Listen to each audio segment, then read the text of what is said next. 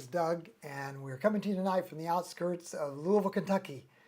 We are right now observing a part of the nighttime sky that includes an object called the Great Dark Horse Nebula. Doesn't that sound exciting? Now, it's not quite, cooked yet, but let's just go to our Cosmic Challenge book by Phil Harrington. And we've been working through this for some time now. I think this is like our, is this 21 episodes getting through this book? But there are a lot of objects. I believe there are 671 unique objects. And so it's quite a lot of list to work through. You stop and think about the Messier marathon, that usually takes you through, 109, 110 objects. Something like the Herschel 400, obviously 400 objects.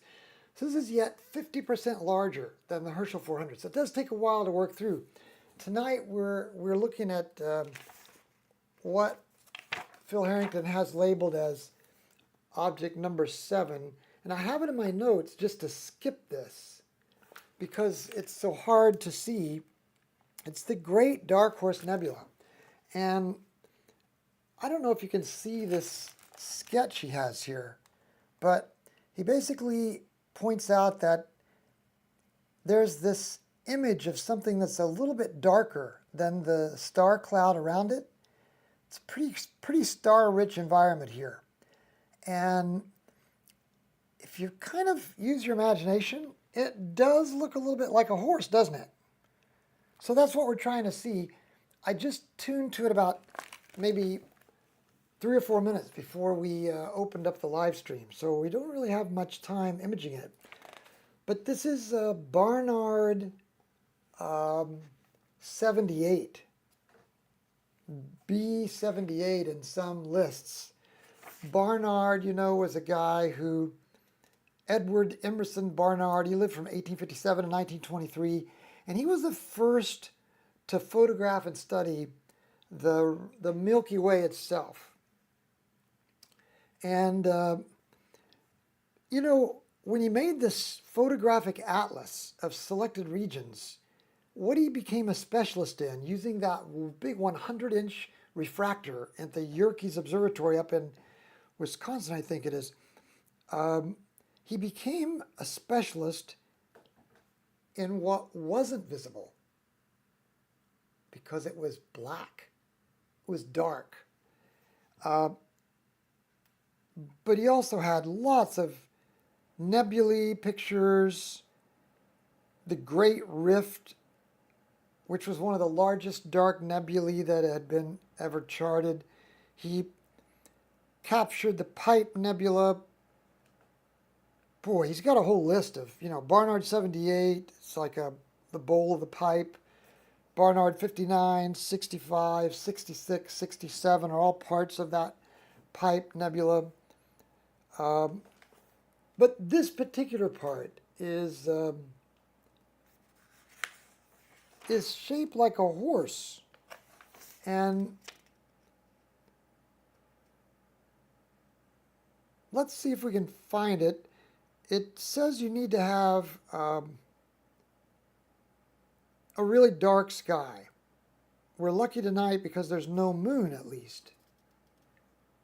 The moon's still there. It's just not lit up for us tonight. So the horse's hindquarters are formed from the Pipe Nebula with the bowl of the pipe as the horse's hip, and the stem serving as its rear leg.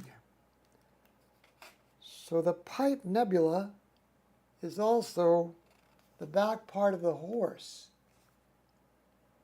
So I don't know if we're going to be able to see this or not, but let's try it, okay? So let's try it first by going to Stellarium, and we have this this little control panel that works with Astro Planner. Thank you, Pete, for making this control panel. We can just hit Stellarium Sync, and it queues up Stellarium to whatever whatever we're looking at through the telescope. Thank you, Pete. Let's get our field of view turned on so we can see approximately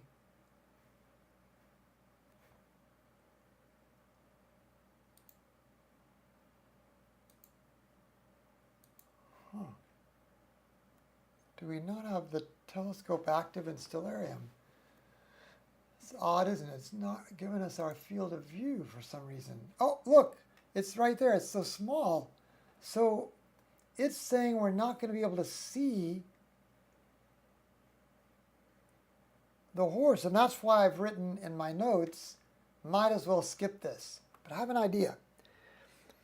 You see how we're using stellarium, which is like a planetarium software, you could say. See how we're using stellarium to take a look at our target.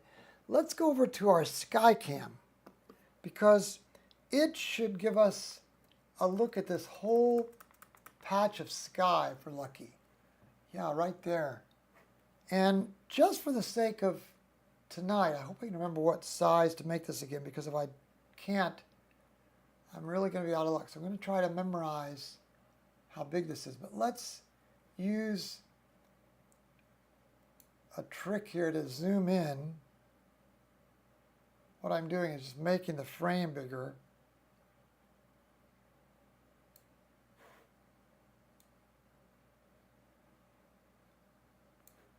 And let's just see if by chance the SkyCam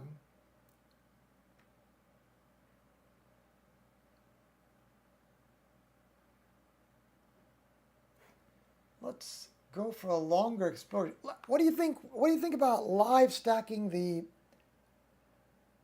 SkyCam? I've never tried that before. Is it even possible? You know, that's why I tell you guys that when you come to Emerald Hill Skies, it's more like you're on an adventure. It's like we're on an expedition together. We're explorers together.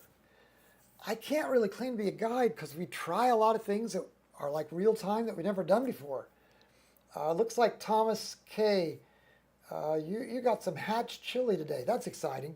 If you haven't told, by the way, where you're viewing from in the live stream, if you don't mind, go ahead and tell where you're viewing from so we can see who's there. That's kind of neat. But let's try to live stack this. Let's switch our, I don't know what to put our time exposures on, but let's try what? Maybe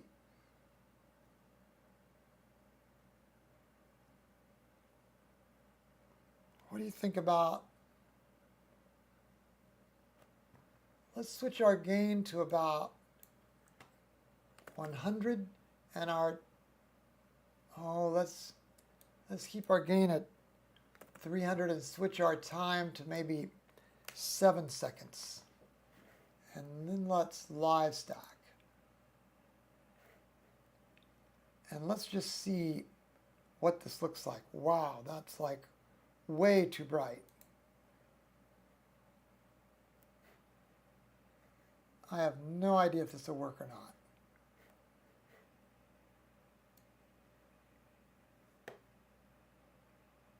Never tried to live stack with the, this is a,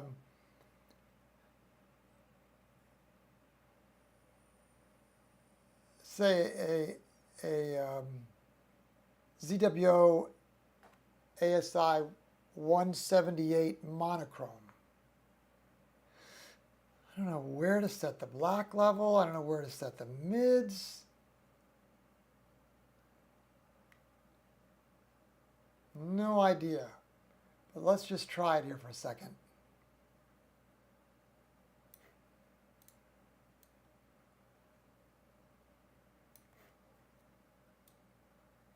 Because you see our field of view is so small that this horse, we're not going to be able to show it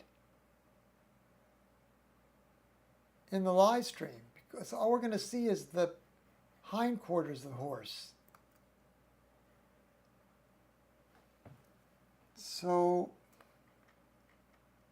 what would it look like if we saw the horse here? And how would it, let's see, according to this, I think the horse's legs would be down. Let's back off of this a little bit.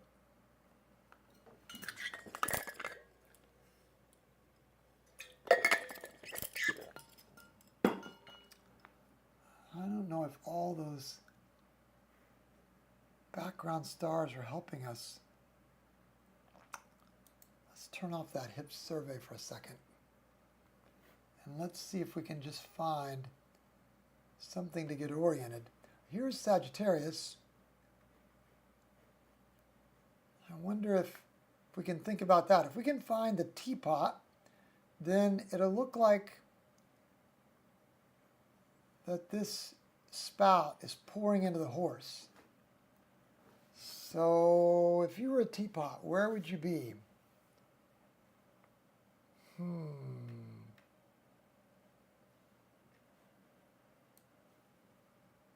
There's Wendy. Wendy says hatch chili sounds great. Anybody see the shape of a teapot here?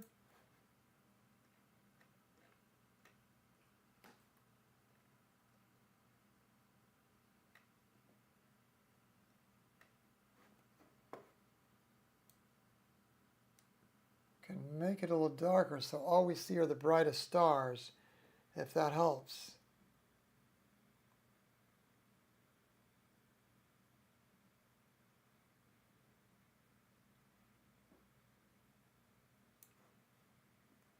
This is not it here, is it? Ah, look. Could that be the spout? There's the spout.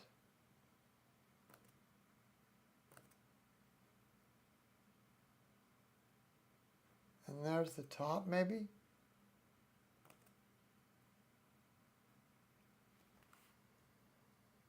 Wendy doesn't see the teapot yet. Bummer. We should be able to see it. Let's go over to Stellarium and see what else we can pick out here.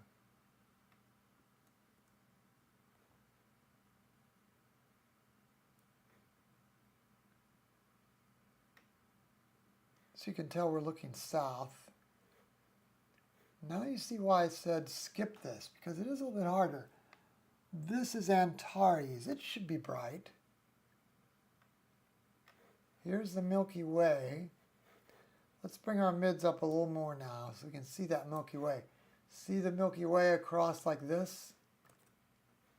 Oh, so we're definitely kind of on our side here, aren't we? See, the Milky Way should be more or less going straight up tonight. But the telescope is over on its side. See, like that? Because of the equatorial mount. So,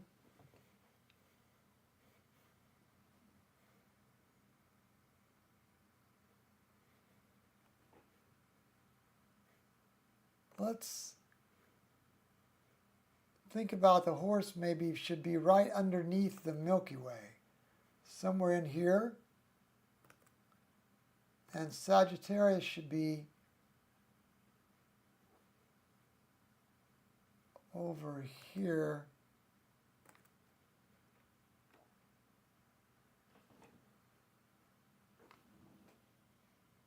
On this side of the Milky Way. Let's get rid of some of those stars again.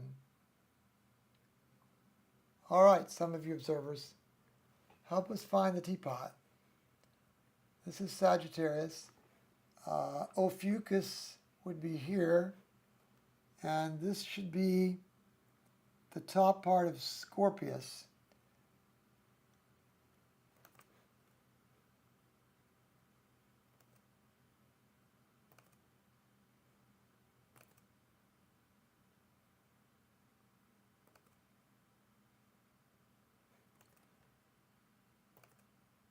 look, that's probably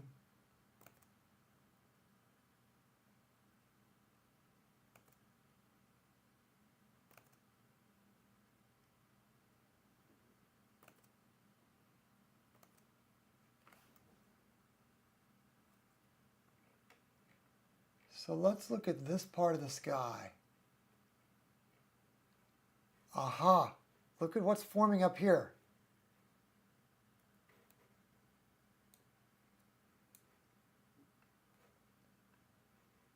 See this little, maybe this little leg here. Let's bring, that doesn't help. What if we bring the blacks up some? Does that help? Doesn't seem to be having much of a,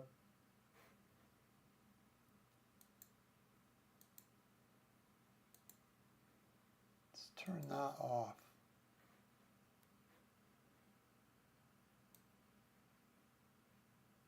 Aha.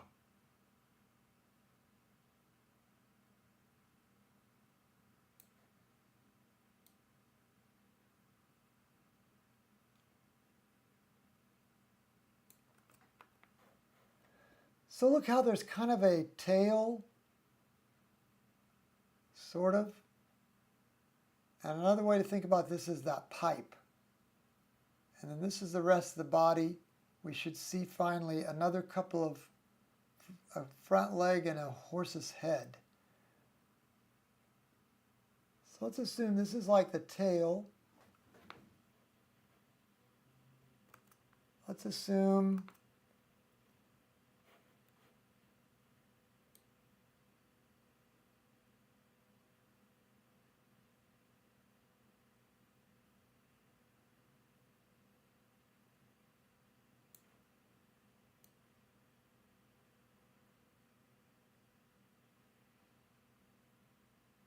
we're definitely seeing that tail, aren't we?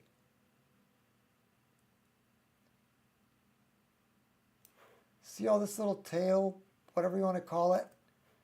That's all this little tail here. Are you guys on this? You're not able to see.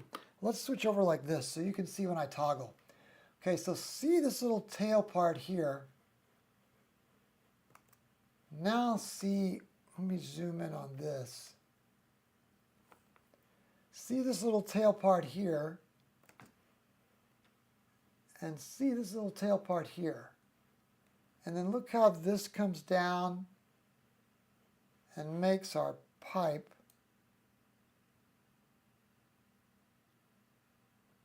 It's kind of an ugly picture, but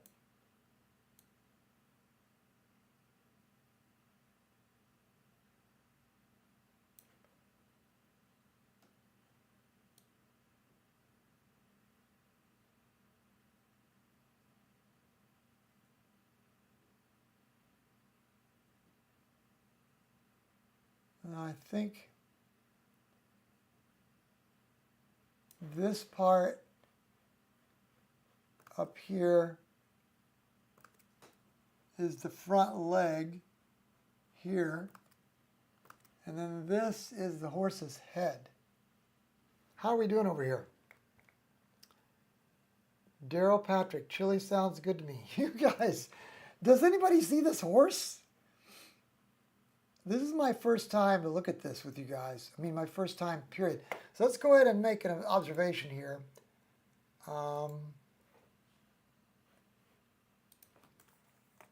Since this target is so humongous, we had to stack the ASI178mm monochrome camera, 20 seconds or 7 seconds at gain of 300 for around, I wonder how long we've been.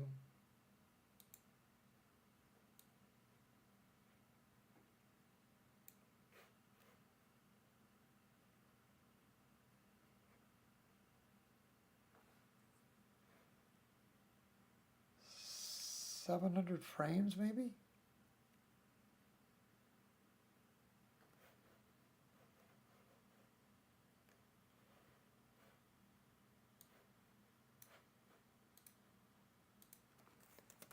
$700 frames. That's a lot.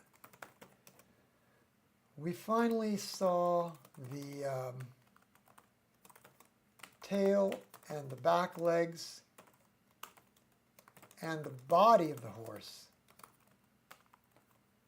and could barely make out the front legs and head if we use our imagination. Observation logged. Okay, let's put our Skycam back the way it was. So we're going to stop live stacking. I'm going to go with 3 seconds again. And back at full sky. Put it at the same dimension that it was roughly. Go back to our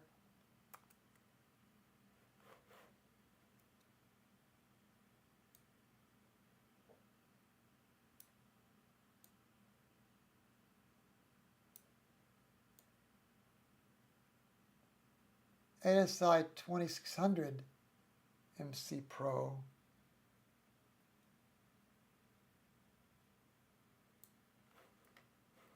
Because we can. It looks like all we're seeing here is like the back leg maybe, and this empty spot.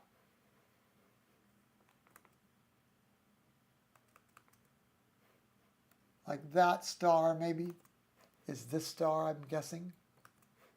So we're seeing just this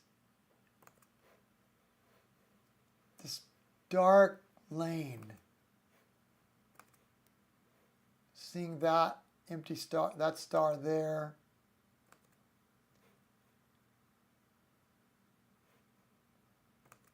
Just a portion. But look how we can see a couple of dark lanes here. See how the star field kind of drops out?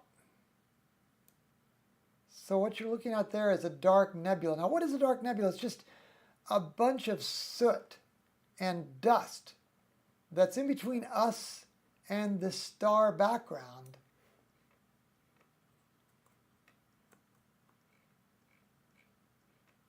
Obscuring what should be visible to us as the rest of the stars. Imagine if instead of this black part we had all this carpet of beautiful jeweled stars, but we can't see them because this black smoky soot is in the way. So that's what Barnard found. Okay, so Wendy says she can see it. Awesome. And that it looks obvious. Woohoo, and Daryl saw it as well. Red Angel Lover $. Good to have you tonight as well. Daryl's in East Texas. All right. Well, let's go to the next.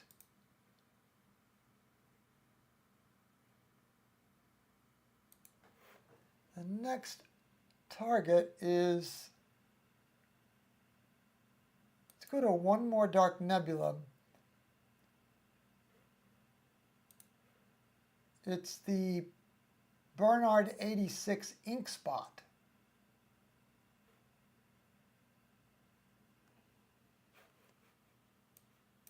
Barnard 86. Isn't it funny that Barnard looked at what he couldn't see?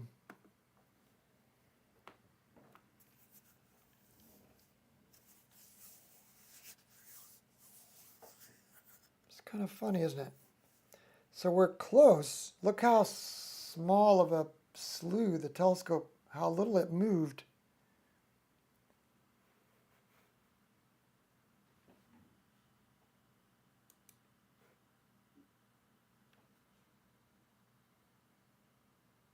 We're using a RASA. It's an 11-inch It's that white tube on top of that black looking hardware mount.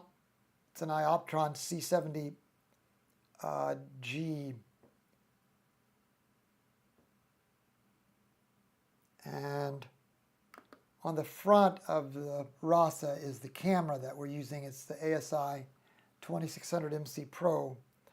And it sends all the data from the telescope down into this box of equipment and puts it into a fiber optic microwave relay and sends it inside to where I am here.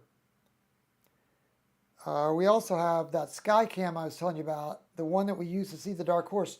The Skycam is the little red camera, and look how it's mounted in the left frame here. You can see how it's mounted on top of a kind of an outrigger equipment plate, you could call it, on top of the RASA.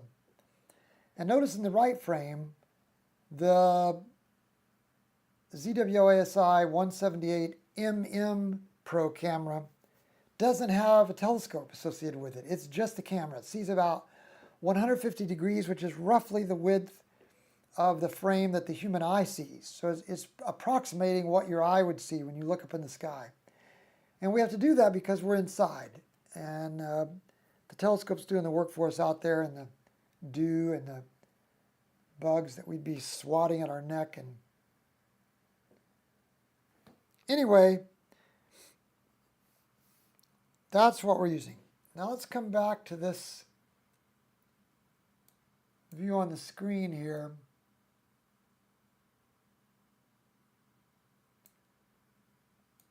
This is kind of a really lovely part of the sky. To me, this part of the sky looks like if you were to scatter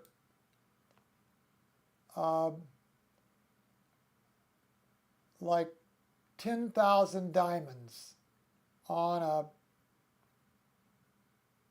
black patch of felt.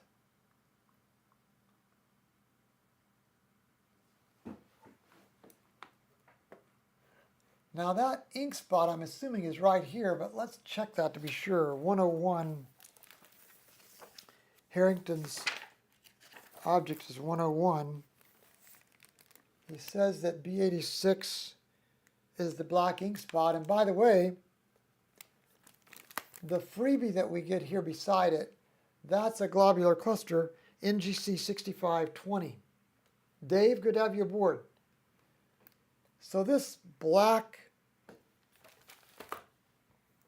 ink blot spot, you hate to zoom in much, huh? Because it's just a beautiful star field, isn't it? It's incredible.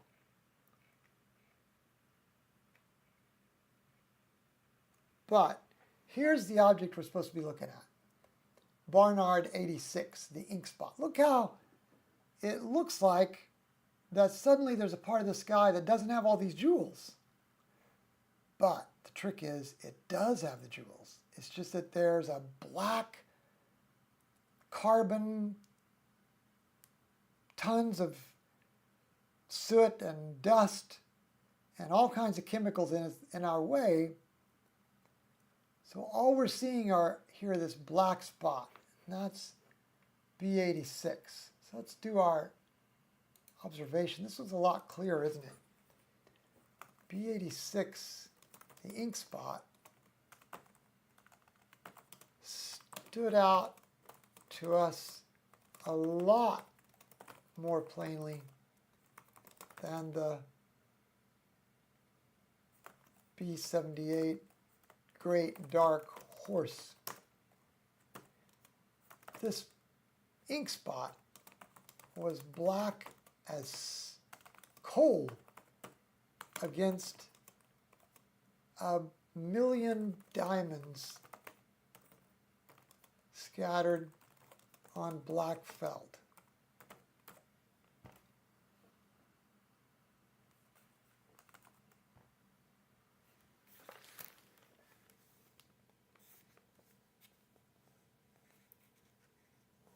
Voids.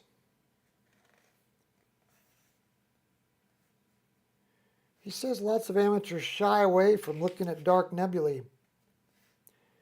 And he thinks it's because there are so many bright objects to observe. He says you can't see this in an urban sky since there's no light pollution filter made to counter the destructive effects of our over-illuminated civilization. I suppose the only thing we might say to him is that EAA, Electronically-assisted Astronomy, is letting us see this tonight, even though we're in the outskirts of a city of 1.5 million people. He says you have to get out to dark, rural skies to see this.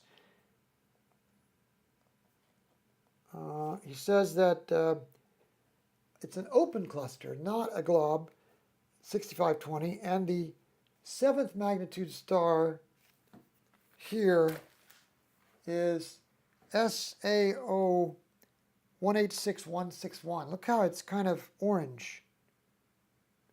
And because you've got this open cluster and this orange star, this is fairly easy to find, huh? It's only 5 arc minutes across. Remember how the sky has 180 degrees on any given half that you can see, and each degree has 60 minutes. So one slice of a degree, which is there are 180 degrees. So you take one of those little slices and slice it in 60 parts, and that's those are arc minutes, and so it's just 5 arc minutes across, pretty small. It's wedge-shaped, yeah.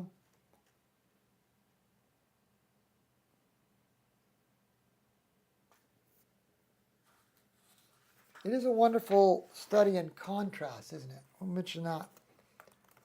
Quite a cool set of contrasts with NGC 6520 on one side and SAO 186.161 and orange SAO 186, the bright star on the other side. Observation logged. I like this. I think that's cool.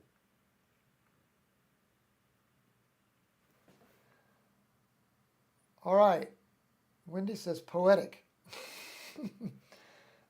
Let's take a little bit tougher challenge now. I don't know whether this will work or not. It's supposed to be a globular cluster, but it's not listed in either the Messier list or the Caldwell list or it's not even given an NGC, so Herschel didn't even find it. But let's try it. First, I should snap a picture of this, shouldn't I? That's just really nice looking. I bet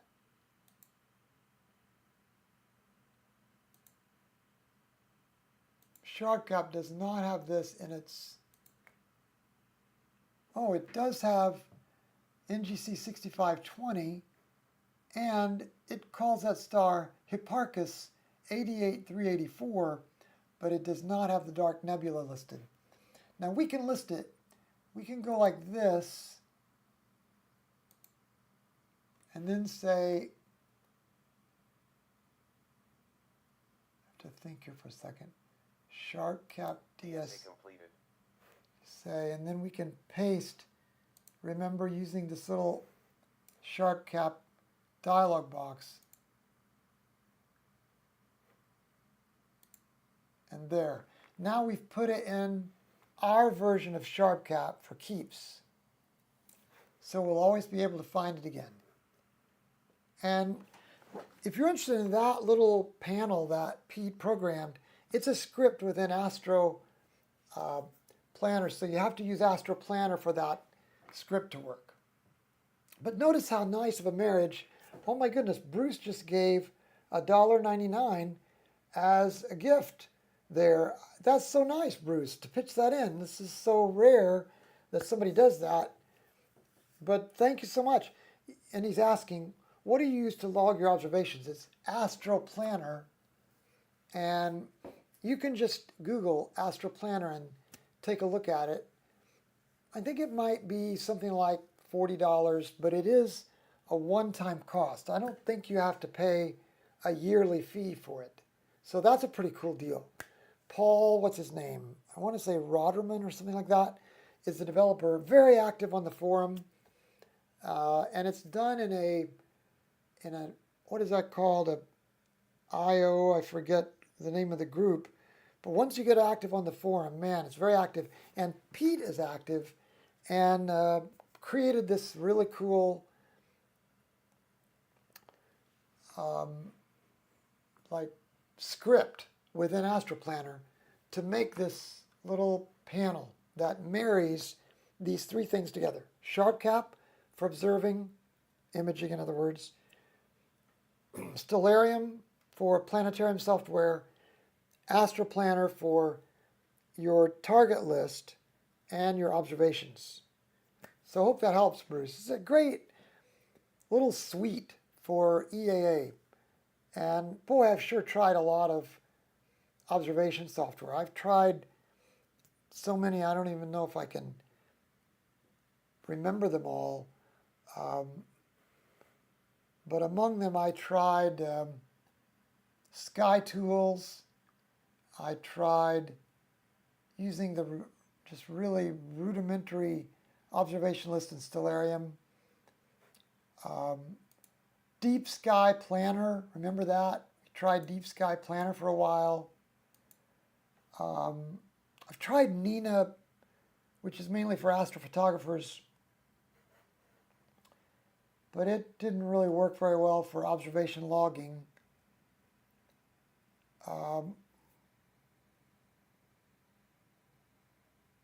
Seems like I've tried others as well.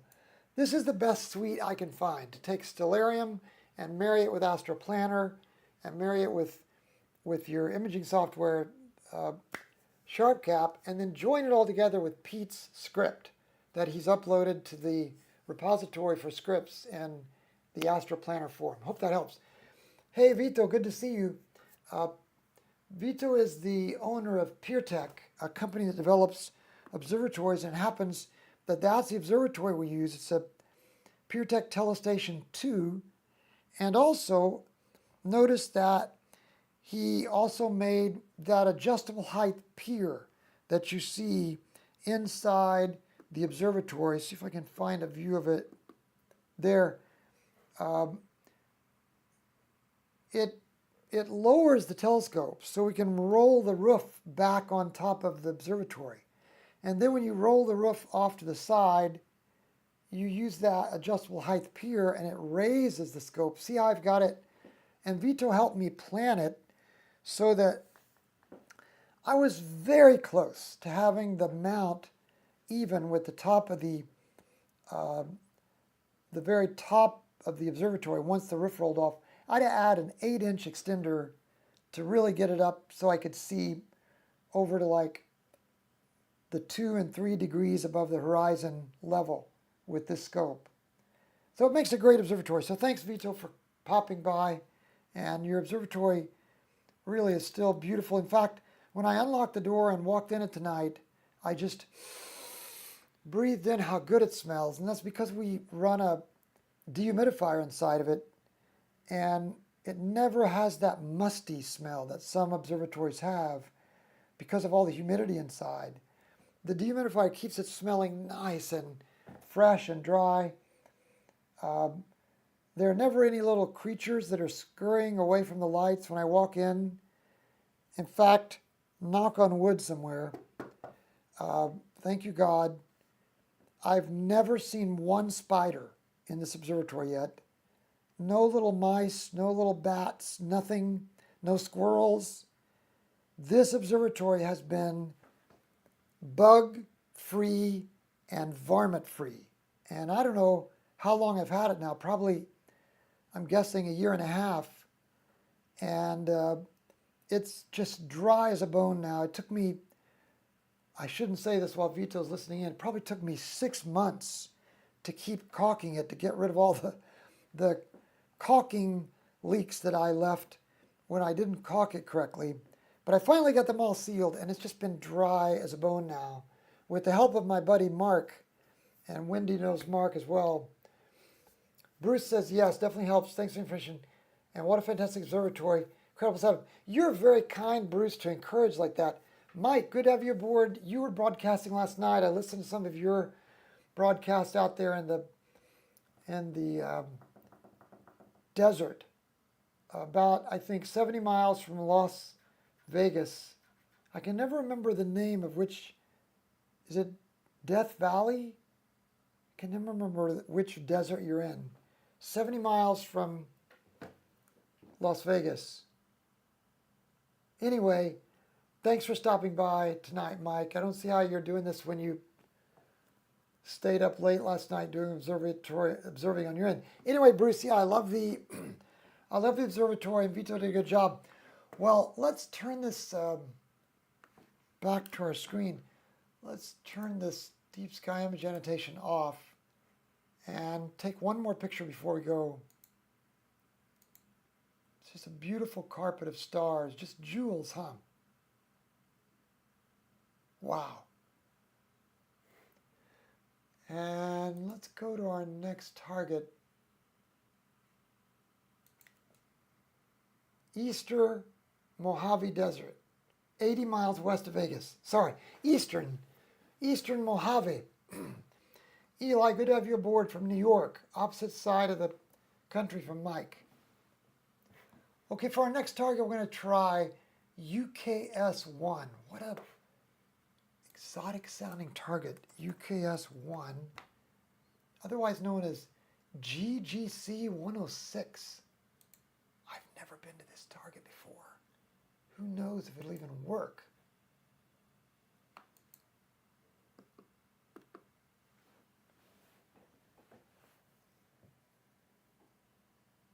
Boy, it wasn't very far away, was it?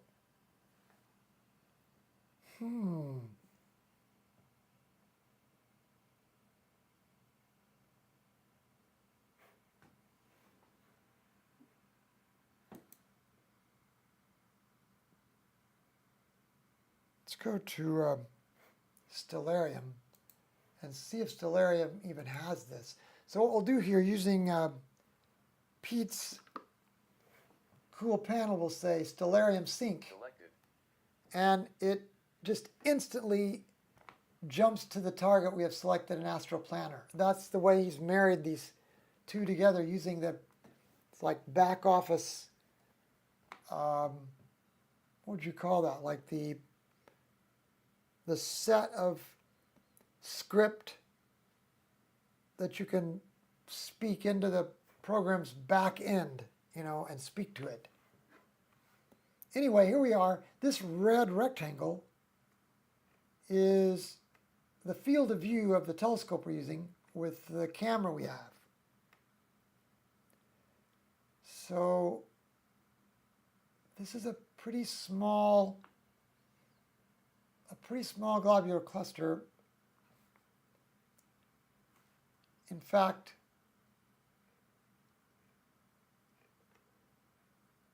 not much there. But I'll tell you what, let's do. Let's switch on. Pete was telling me the other day, I can switch on these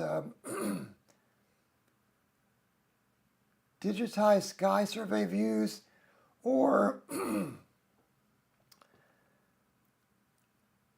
a different survey. I don't remember which one of these I was using. Boy, I need a drink. Let's try this digitized sky survey.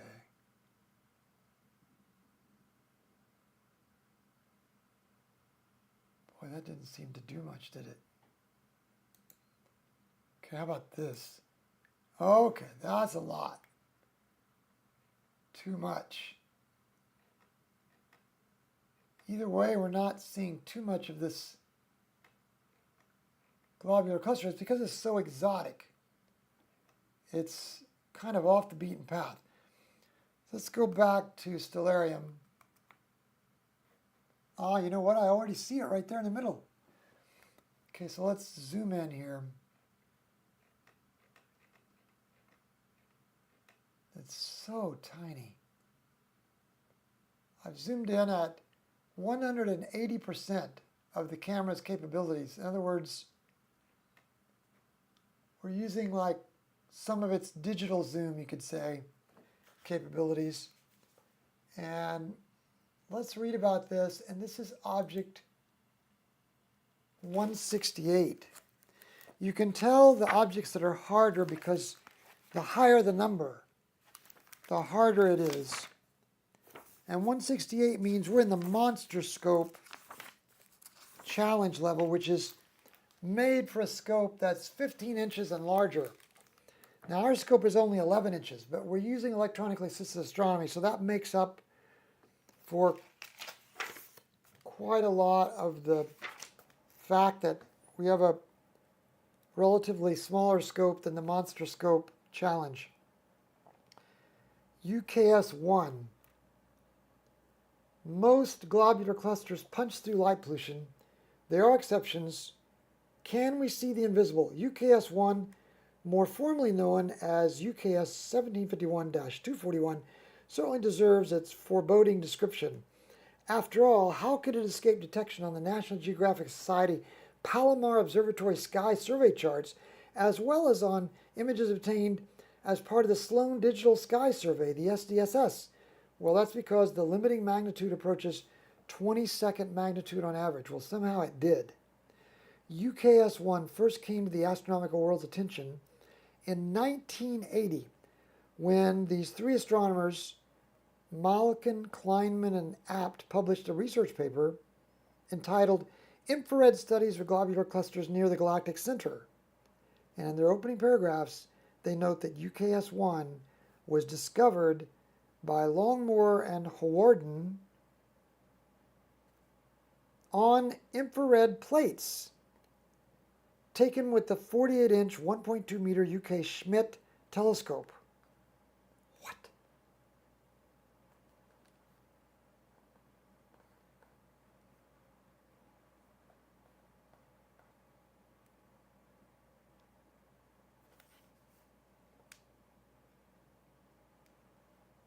I'm trying to see.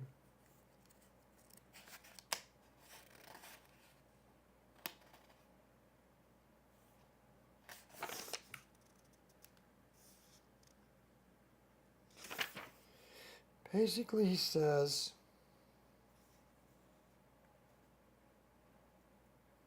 man, if it's 22nd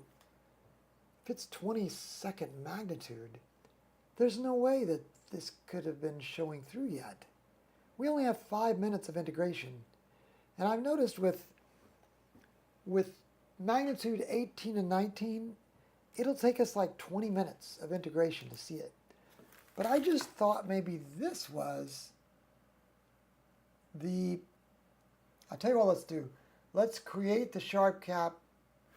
Well, first of all, let's go over to tools and do our plate solve only. Now let's just let's see what deep sky image annotation Robin has. He has nothing. Now let's create the sharp cap DSA paste. That's another thing that comes with Pete's little panel. Let's paste that custom info in right here. And now it'll tell us where to look. Thank you, Pete. Okay, so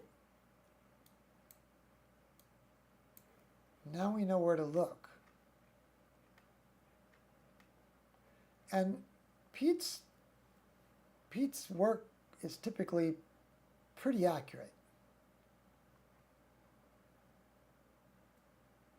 So we're zoomed in at 326%. There we're starting to see individual pixels of this camera, which has 6,248 by 4,176. It's an APS-C sensor, so it's 24 megapixel, in other words. Now let's remember where the crosshair is. And how will we remember that? There's this nice little, whatever color that is, right in between that little triangle is where Pete's DSA custom code says it should be. So right in there, and let's see if we can tune up our histogram any at all. Give us a little more punch through the night sky. We're lucky because there's no moon tonight. But we are on the outskirts of Louisville. Notice how much grain there is in that image now. Grain are all these little, they look like confetti maybe, or different shades of protozoa. Anyway, let's pull a little bit of that green back. We're just at 8 minutes of integration here.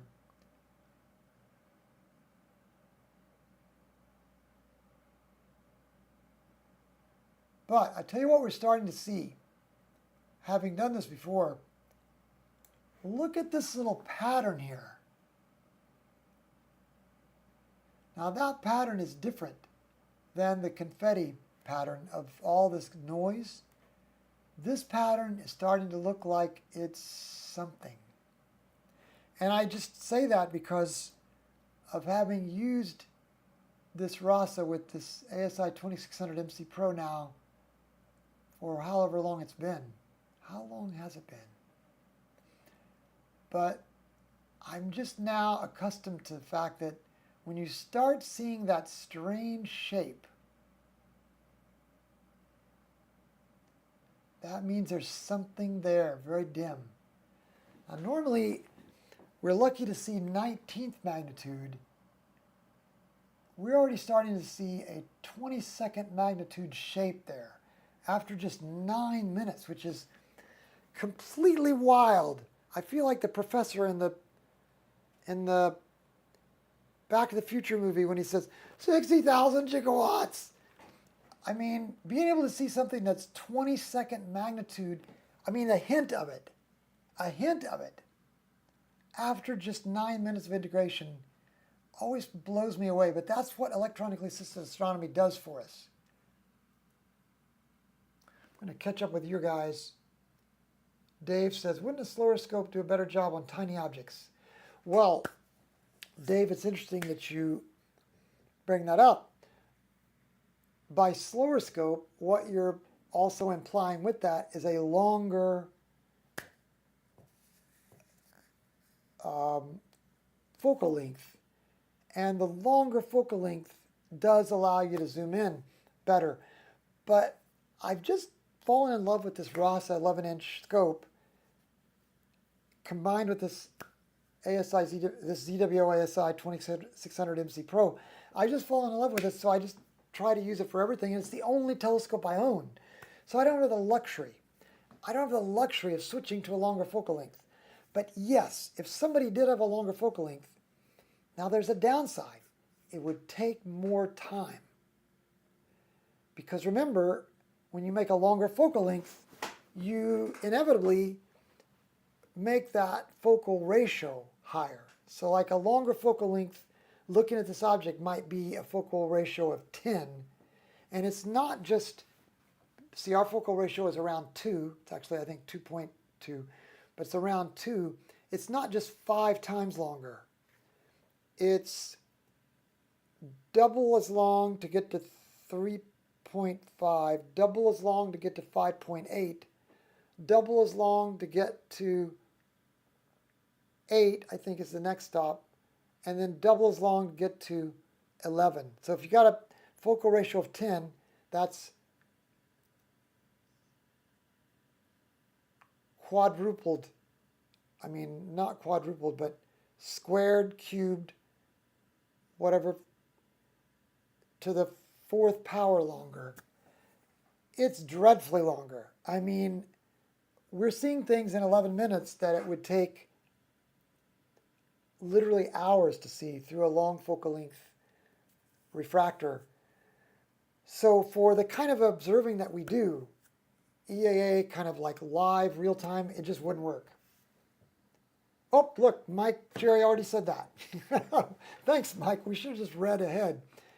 Mr. Nother, good to have you on board from Germany. You're at a star party, and it's 4:38 a.m. Time to sleep, I would say. Light collection speed is the square of the focal ratio. Right. I was just wondering, Mike, I was trying to do the conversion in my head to go from f2 all the way to, say, f10, which would be a typical longer focal length. I'm just saying it's not just 5 times longer. It's 10 to the 4th or something longer. It's doubled several times. So it's lots longer. Okay, let's go back to his chart and see if we can. Unfortunately, his chart doesn't show us a picture of what this will look like. In fact, his picture doesn't show us much of what this will look like. I'll show you his picture. That's all he had for his picture. I don't know where the globular is in that. But he writes,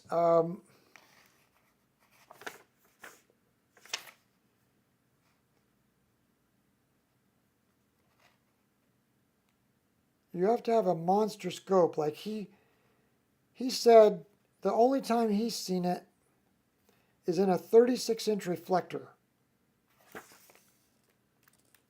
It's just east of a pair of unequal brightness stars of 14th, 15th. Now look, that could be these. There, could be this. And then this could be east, because that's where, remember,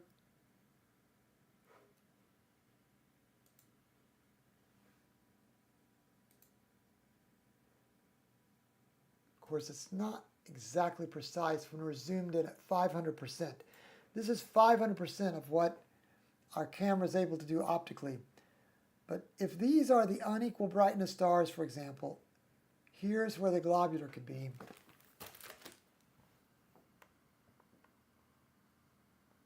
Mike figured it out for us. F10, it would be 25 times longer. And Dave is right, the area is smaller and the image scale would be better. Look at this pixelation we're getting here. You wouldn't have that. These are beautiful the way they're different colors. I'm kind of color deficient, but isn't that green and that's orange and that's red? Wendy, I think you're good with colors, if I remember right, if you're still there. Isn't that green and that's orange and red? It's worth looking at this target just to see those 3 cool colored stars in a row. So the globular is right here. And what I was saying is, let me back off these mids for just a second.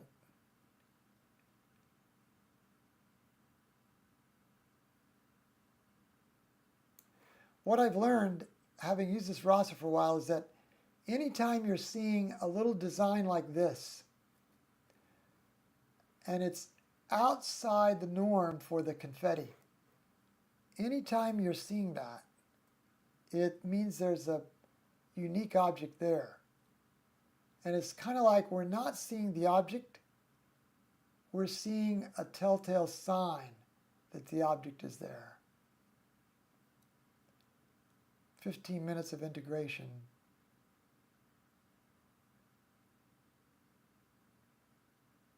Look how when we dial the darks down and almost get, I'm going to hold the shift key in and move the slider because that's kind of like fine tuning it.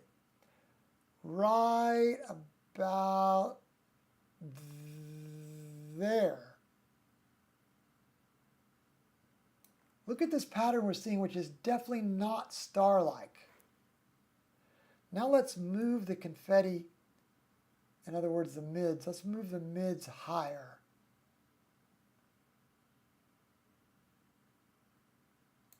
can you see this pattern here that's not like the rest of the grain? And it's definitely not star-like.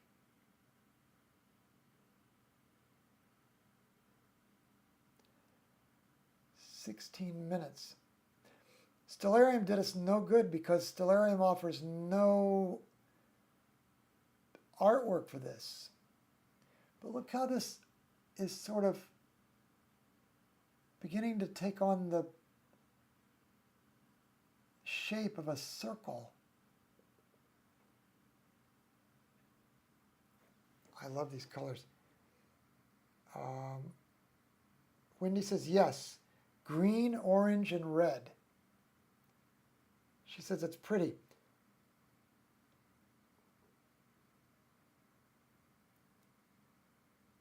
The one section of stars almost looks like a stoplight. We need to name this one the stoplight cluster. Woohoo! You heard it tonight, right here on live TV.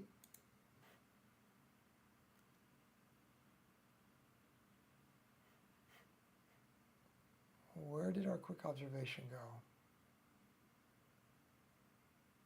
We must have a lot going on.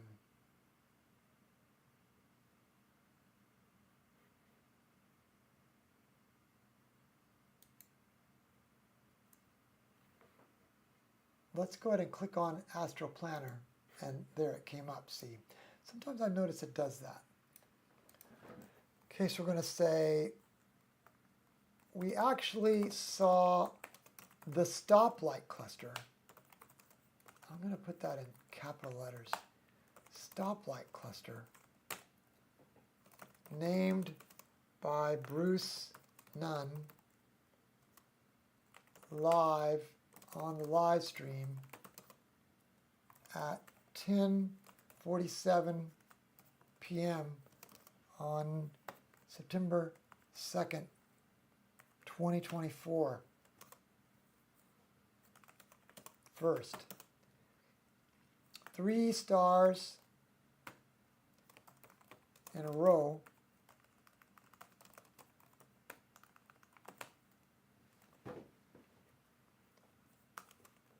before we saw the globular.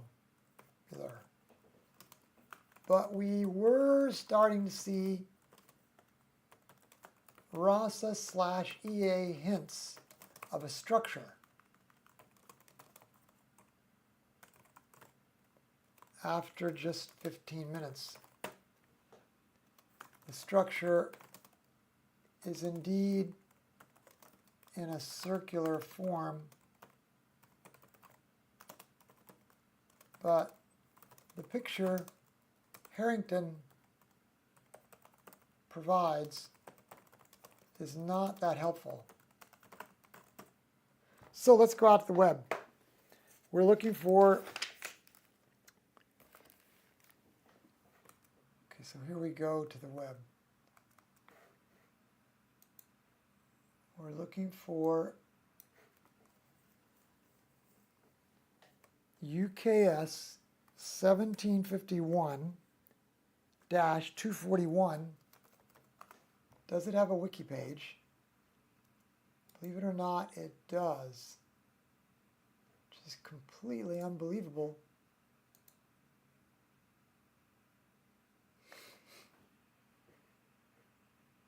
Man, this is in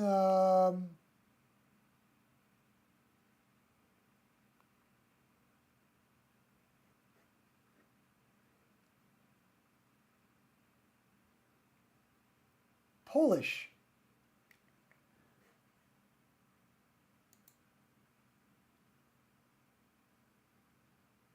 Okay, Google Translate worked for us. 52,000 light years from Earth, discovered by Malkin, Kleinman, and Apt. Metal rich. 8 minutes from VVV-CL001 cluster.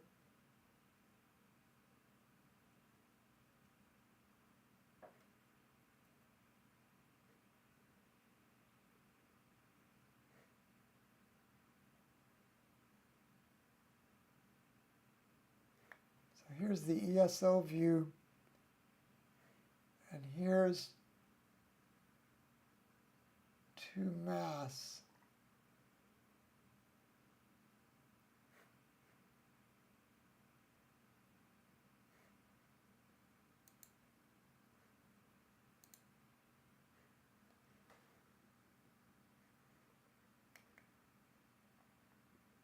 So look, here's our stoplight cluster, right?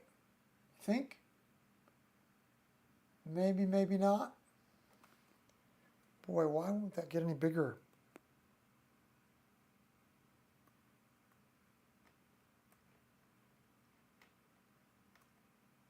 I held in the control key and then used my mouse wheel. Look, there's a stoplight cluster, right?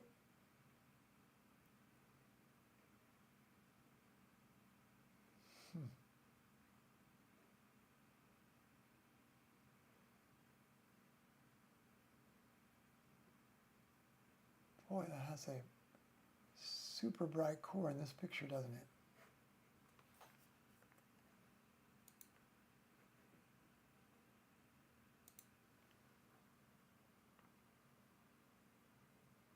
You guys voted on the name. Let's look at this picture. Wow, that's so beautiful, isn't it? Anybody see the stoplight cluster there?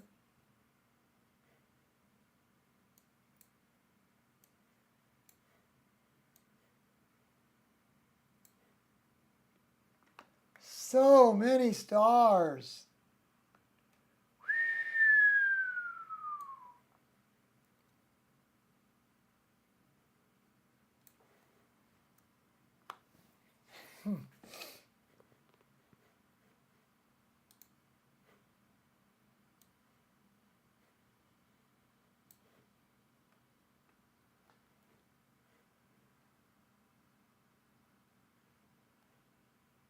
So beautiful. Astronomy is just cool. I mean, think of all the problems there are on the Earth now and all the arguments people are in and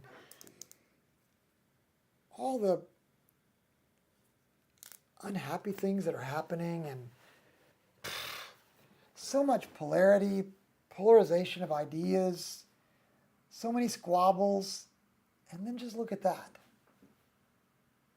Wow. And those are out there all the time, 24 hours a day, 7 days a week, 52 weeks a year, year after year after year, and they're just always there singing.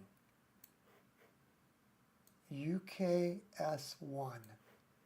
is just ready to sing to you anytime with these beautiful little stars here and wherever the stoplight cluster may be, we're losing it in all these different colors.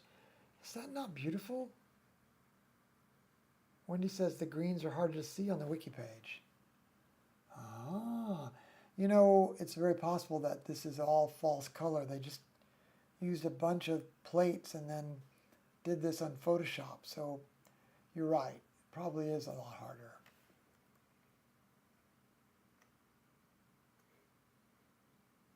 You know what else we lose is our sense of scale as well.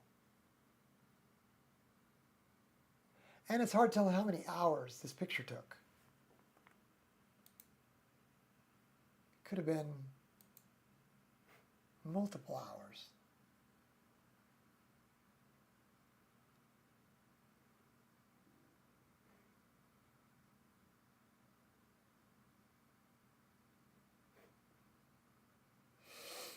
Anyway, pretty fun, right?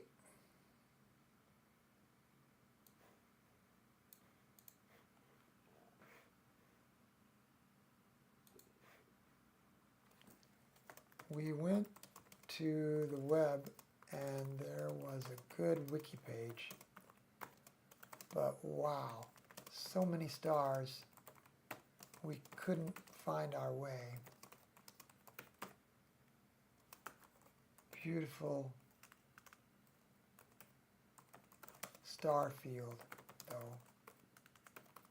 So our best hope tonight in 26 minutes or less is the hint of that superstructure. We're starting to see in the RASA EAA grain. Observation log.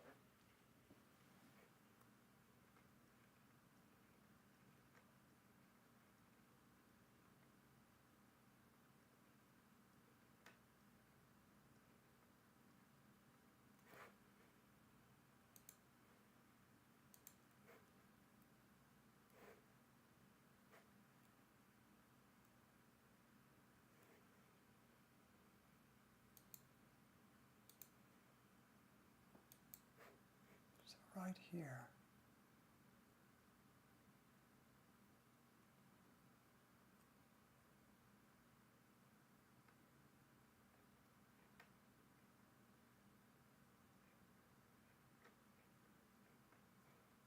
These are wildly different colors as well.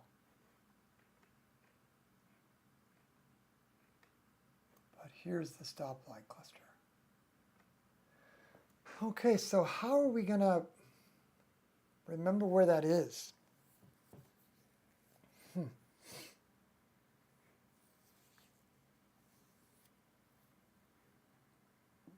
I don't think Pete has it set up so I can click on something, does he?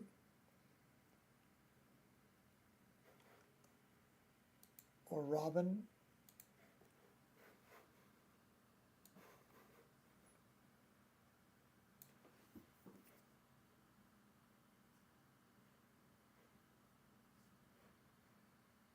Objects nearby. Display.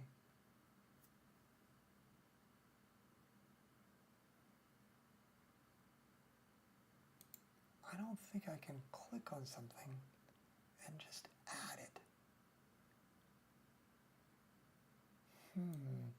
You know, we could do that in Stellarium. I bet Mike knows how to do that in Stellarium. I think you can add an object there. But to add it here, how would I do this?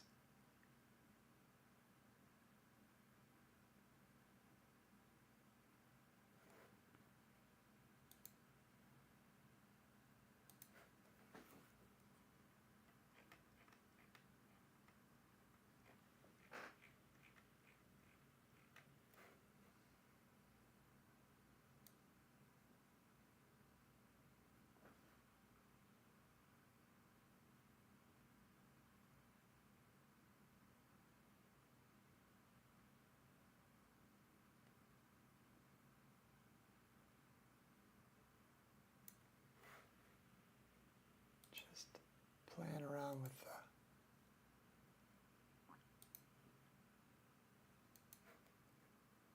so this is the thing that doesn't look like the grain.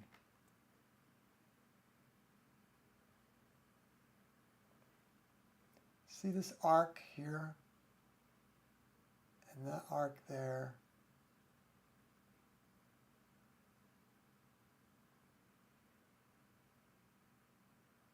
These must be the unequal brightness stars.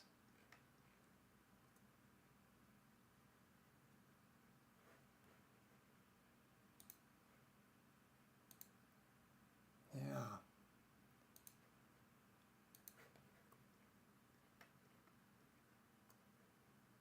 So there's an arc there. And then look in the middle how there's this little circle thing. It's 30 minutes exactly, so we'll stop now. But it does represent a challenging target, doesn't it? Bruce is wondering what part of the sky it is. Whoops, I sometimes do that.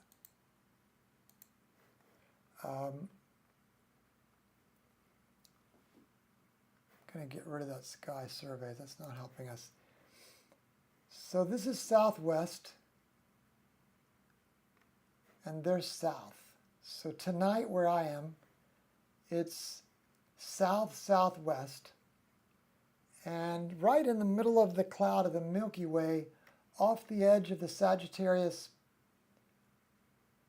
teapot. So if you were to imagine tea being spilled out into the sky, directly out of the spout of the Sagittarius teapot, but not as far as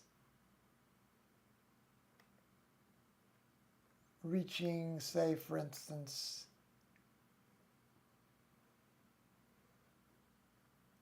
Ophiuchus. It's roughly halfway between Sagittarius and Ophiuchus. Hope that helps.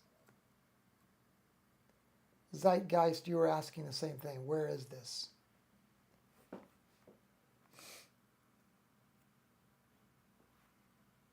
Okay, so for the stoplight cluster, let's just do this. Let's go to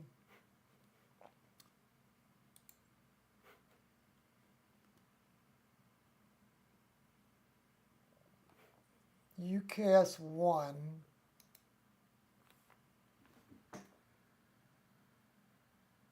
What happens if I say create new object?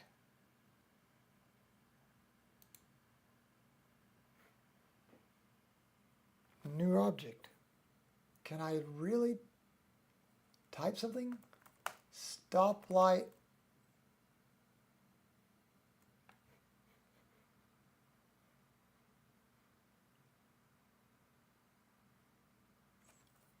cluster.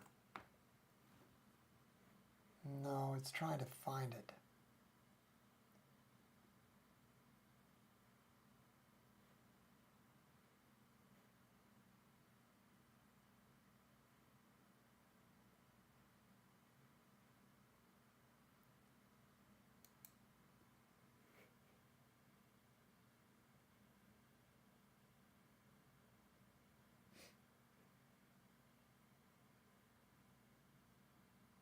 Where did it put it?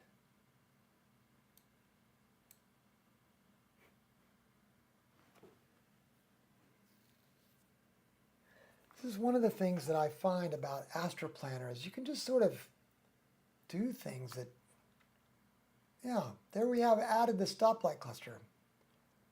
So down here under name, or maybe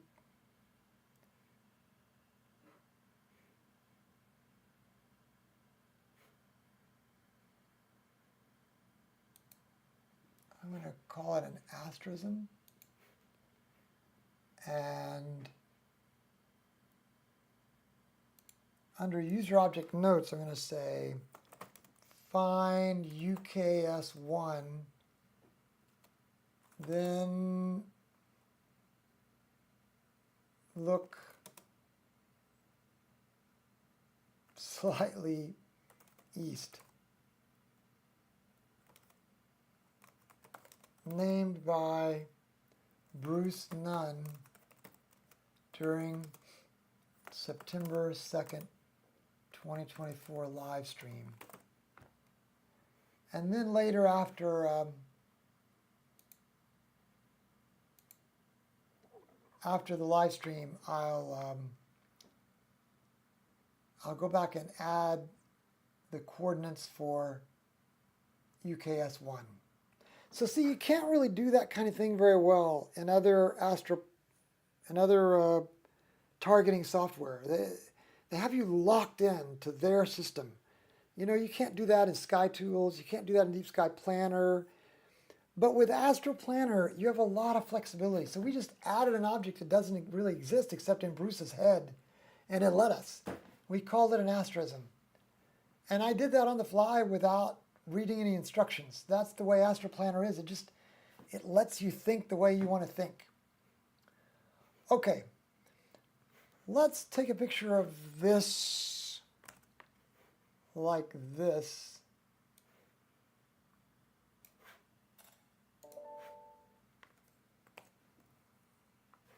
And just UKS1 stoplight cluster.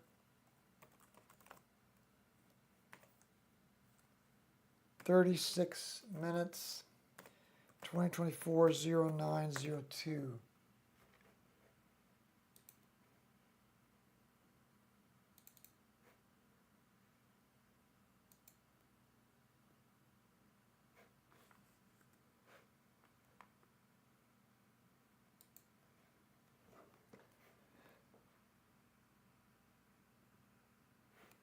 And I'll go ahead and take this picture too, the one that's built into SharpCap.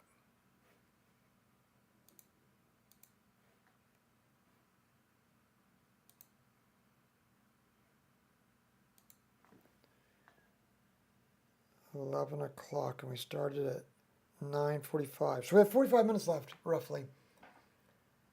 Which NGC number? This object, Zeitgeist, is so exotic that it wasn't discovered by Herschel. It has no NGC number. Yes, Bruce. UK, let's go back to where we were in the list. You know what? When we added something, I think it. But in Astroplanner, another thing you could do is go Control F and just search for UKS1. I think it had a dash in it, didn't it? UKS1. There it is. It has another number, GGC106.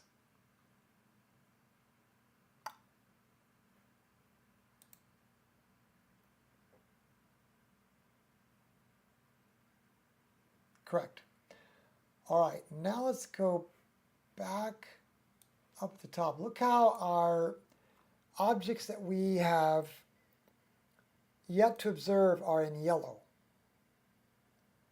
They're highlighted. And starting after the yellow, right here, where they're white, these are the objects we've already observed in the Cosmic Challenge list. So we've observed 523 of the 672 objects. So we have 149 yet to go. So let's see if this one's visible, and it should be. Tell you what, let's do. Let's sort the list just to make sure it's current sort.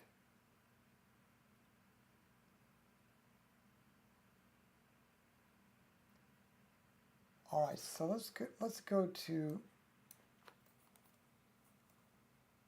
I wonder if PGC 3089041 is the same as Caldwell 39. C39, could that be? Let's call it C39, but it's PGC 3089041. It's 147 on his list. And let's salute to it. So that can be happening. 147.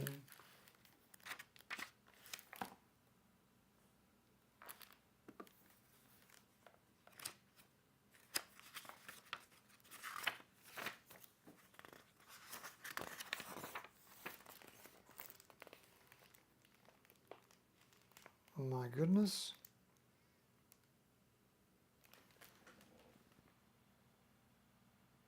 This is like all the objects in M33. Oh yeah, C39. Oh, it's a globular cluster. Could that be right? Is it on the Caldwell list?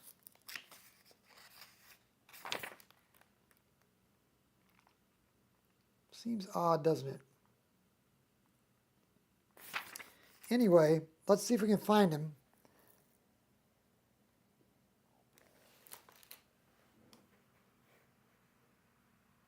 Not sure why this was not marked as observed before.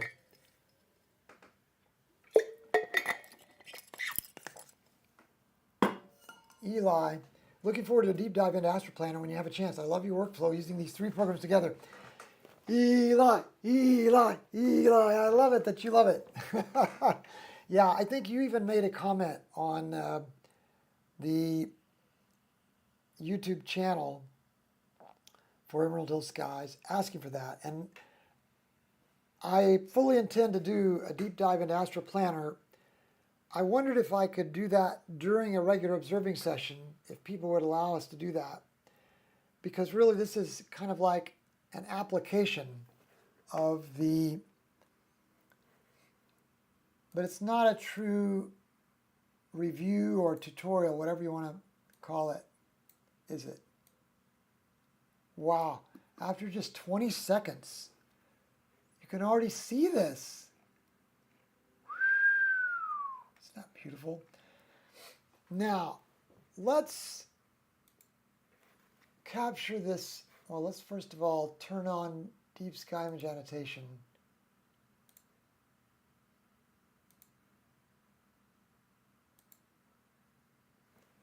And see if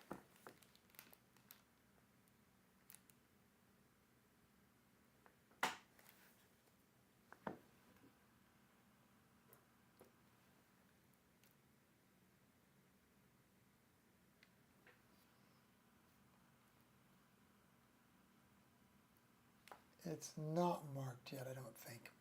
So let's mark it.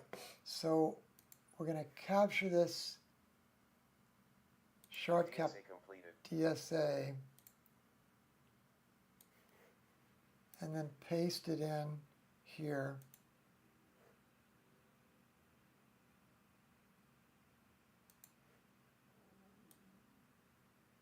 And it's going to be called PGC 3089041 maybe.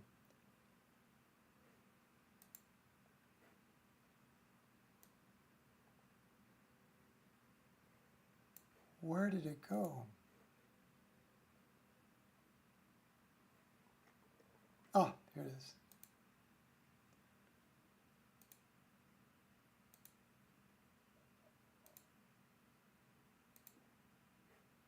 Why are we not seeing it? Oh, here it is. Yeah. So way down here,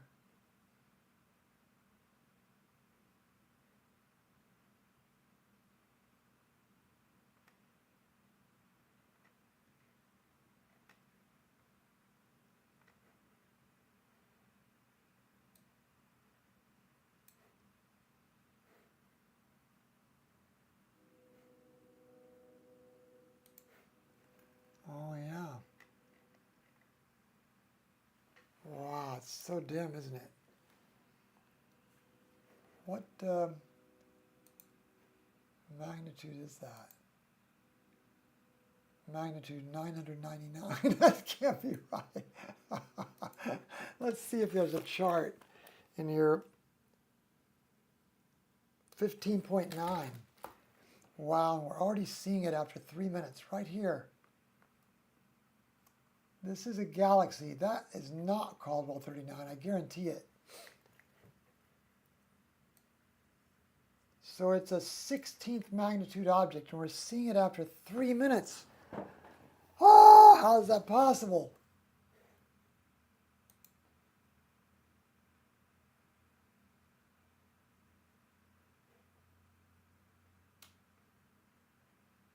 Where's deep sky? Right there, yeah. Of course, we couldn't have possibly hoped to pick that out by accident. The only reason why we're seeing it is because we have deep sky image annotation. You would never have picked that out of this. But see what I was telling you? All this grain looks like it's in your way, but you can spot a structure here that's different than the grain. And what we can do is darken the grain a little bit by moving this just the black one step to the right. And that gets rid of some of the grain for us. And it'll isolate that object to the point that it finally makes the object disappear.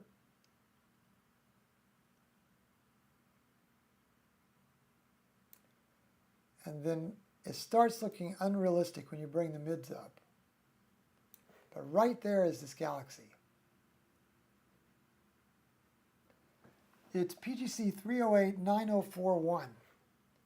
PGC 3089041.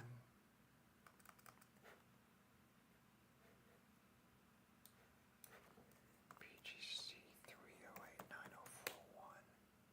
Wiki.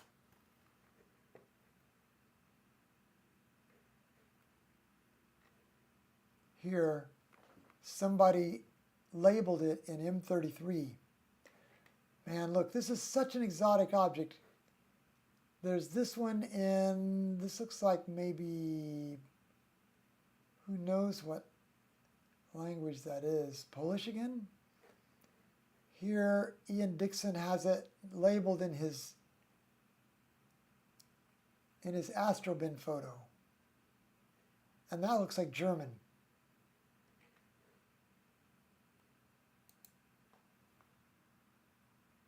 It's just going to be a listing of it.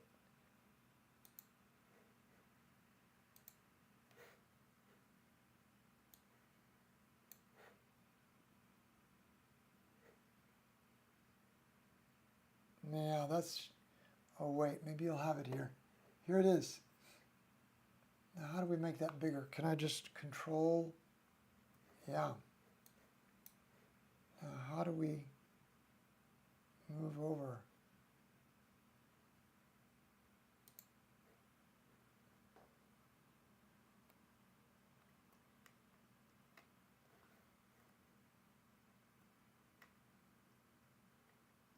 It's as big as it gets.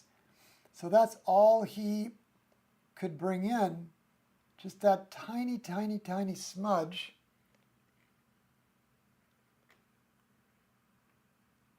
And this was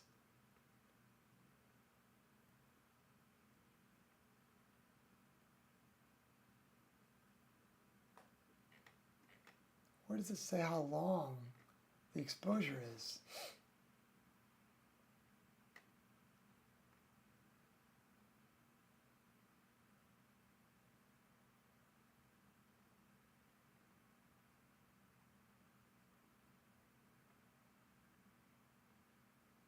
Oh, use the same camera we're using. Frames, 3 hours and a half.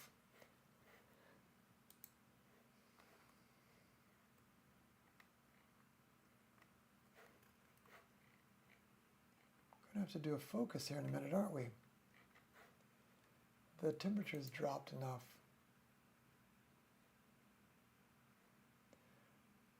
Alt-D.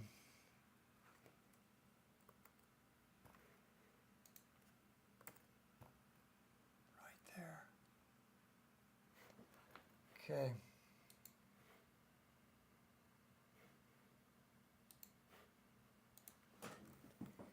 The tiniest smudge imaginable. 15.9 magnitude. 2 arc seconds wide.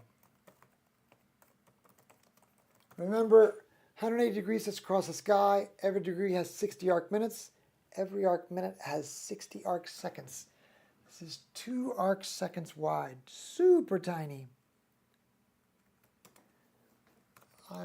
We were a bit confused by the C39 name. That must be a different catalog than the Caldwell list.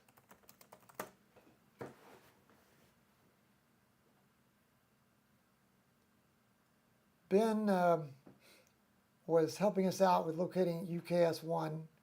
As Ray, good to see you, Ray. Welcome.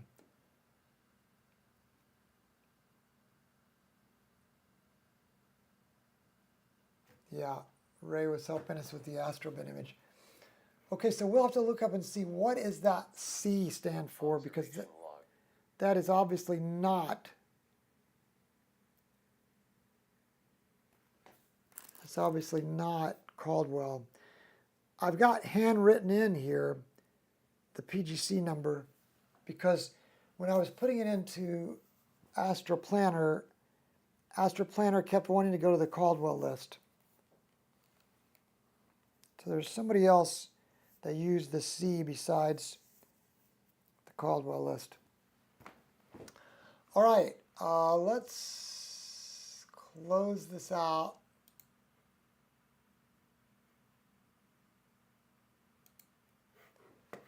And look, it's got the stoplight cluster.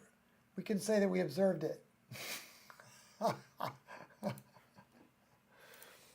Go Bruce Nunn.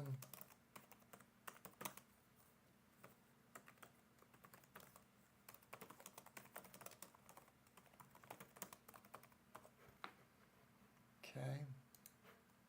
Observation log. That's 17 degrees above. I wonder, let's make that sort active though. MCG 3-1-15. Make sure that's still above the horizon.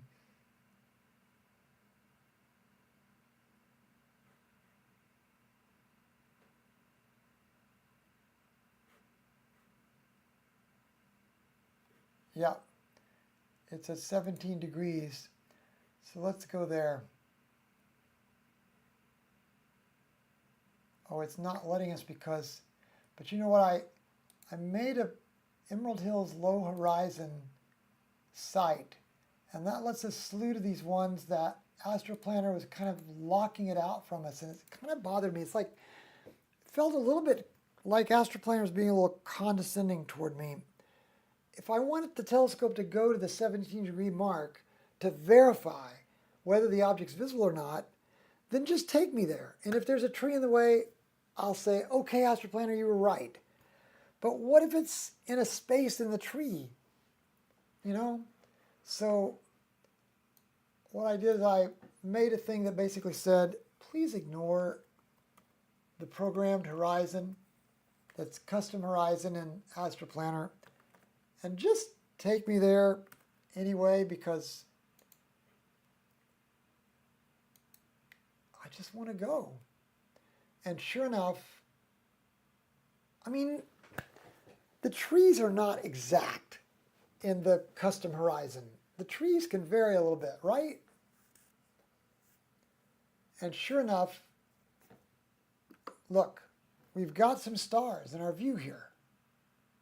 So I think what I've learned is use the custom horizon as an approximation, but don't let the program pat you on the head and say, I'm sorry, Dave, I just can't do that.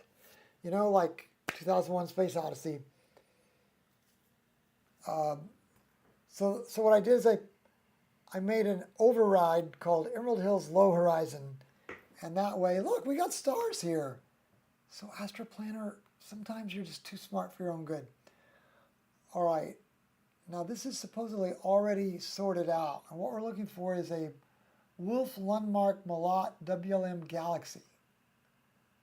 And it says we need a 15-inch and larger monster scope. Oh boy. So what we're going to do here is turn on deep sky image annotation. Are you noticing every time I get ready to go to deep sky image annotation, I do a plate solve only in SharpCap? Because half the time when I try to do deep sky image annotation, it says, well, you haven't plate solved after you moved. And I'm thinking, you just plate solved in order to move. But that's the way it has to work, it seems. Okay, so now we're going to paste in the custom object info. And right there it is in the center of our screen.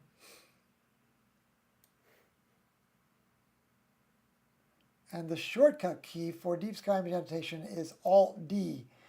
So I'm going to click back in the sharp cap screen and go Alt D, and that'll turn it off. And let's zoom in on that galaxy. Alt D again. And you have to click on the screen. Now look how already in EAA, look how there's something weird here. I don't know if you can see that. There's like this,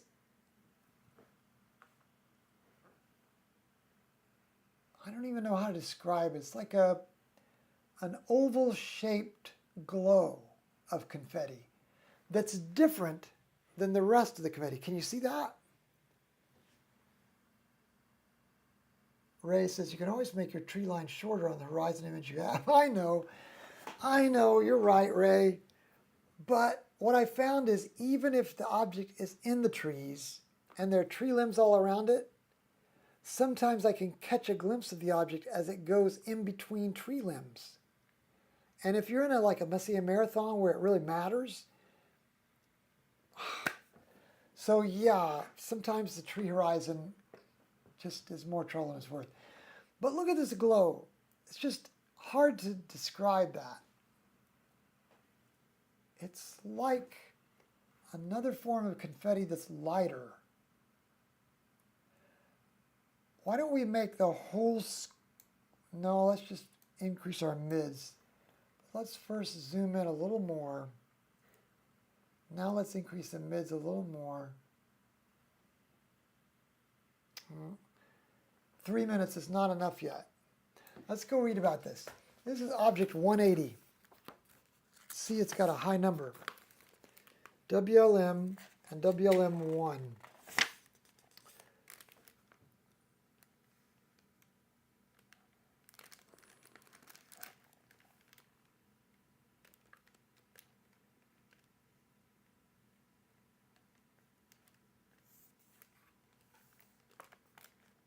WLM also cross-listed as MCG 3-1-15 in the Morphological Catalog of Galaxies, and as PGC 143 in the Principal Galaxy Catalog, is a loner. Distance estimates vary greatly, but the most recently published values place it at an average of 3.4 million light years from the Milky Way. If true, WLM is at the edge of the local group and more than 1 million light years from IC 1613. It's a WLM dwarf. Appears to be quite elongated in photos taken by the European Organization for the Astronomical Research in the Southern Hemisphere. It's basically just a halo of very old stars.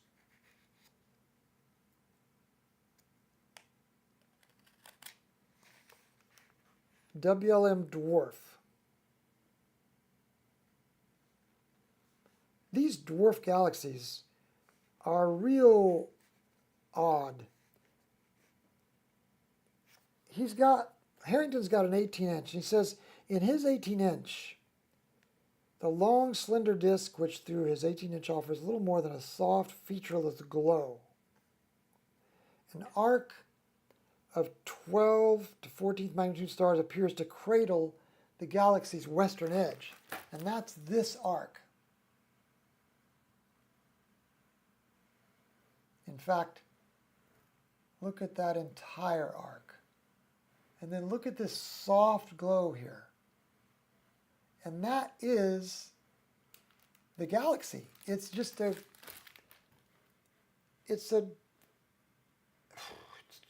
how to describe that? Just a glow.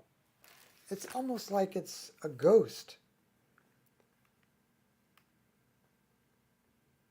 He says it requires some real eyepiece experimentation.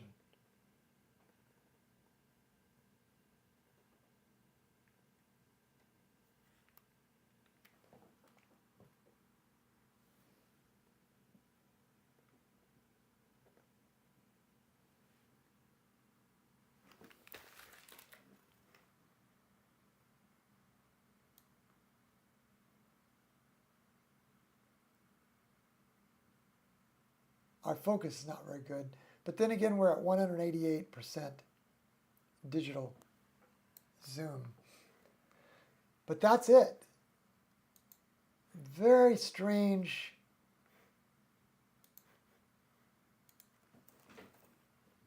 MCG-3-1-15 is one of those dwarf ghostly glows. A dwarf galaxy. The first time we tried to look at these, we could see it fairly, well, I wouldn't call that fairly good, but we could see it faintly glowing after just 3 or 4 minutes of integration. Observation logged. Now here's the cool thing, gang. I'm sorry that's not more vibrant, but that's all there is to a dwarf galaxy sometimes. It's just that glow.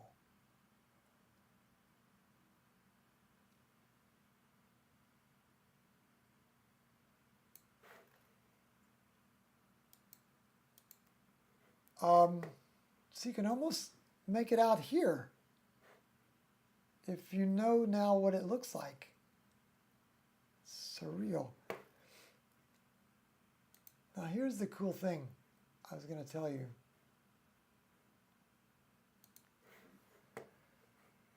Look at Astroplaner. I wonder which Astroplaner are you looking at? You're not looking at the one I'm looking at, are you? Well, let's first look at the one you're looking at. Because this is the Omira Observing Guides Astroplaner list. And what I was going to say about this one is, remember the highlighted ones are the ones that are remaining.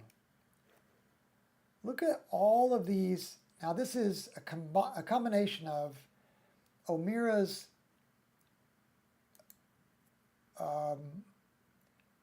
Caldwell list book, his Secret Deep, his Hidden Treasure, his Herschel, and his Messier book. So 5 books of catalogs that Omira has written about, all in one Mongo Astroplaner file. And I'm glad I didn't have to create this myself. I got this off of the repository in Astroplaner. But it makes a real handy way to be able to look at everything that you haven't yet observed in any of the 5 Omira books. Let me name them again.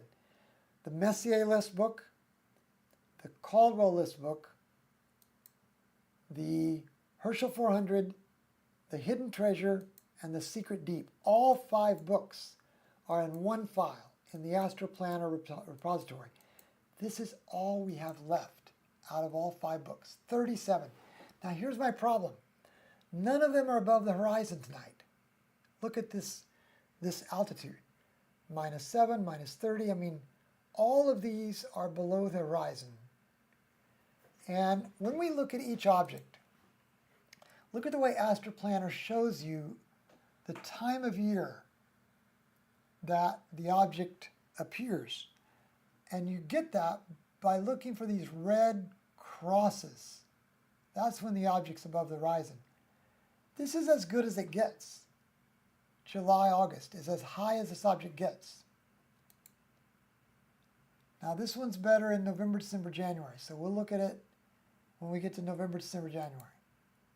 It's the only time of the year you can see it. This one is barely visible May, June, real low to the horizon. So Astroplaner lets you see this. This one's barely above the horizon in June. But I mean, we're only talking about 2 degrees above the horizon.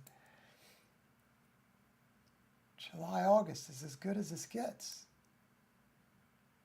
This one we can catch in April.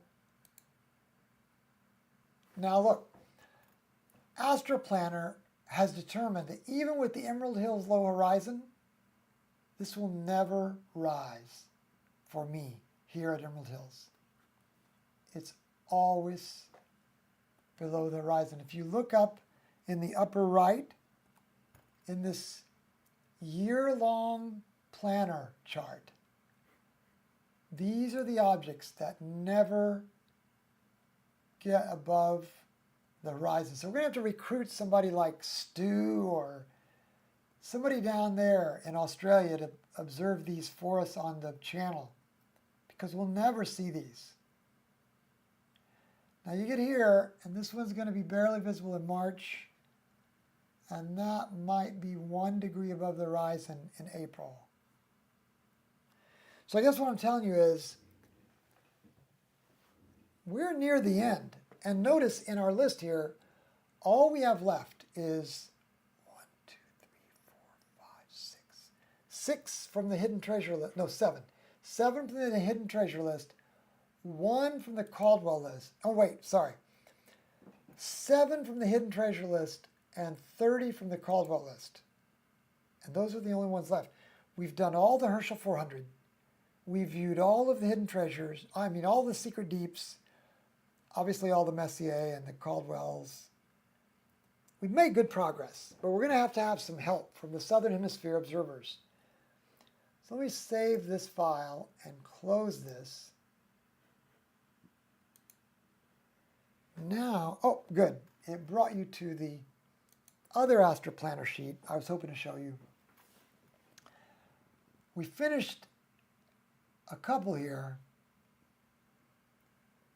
We've got all of these to do in the Leo cluster.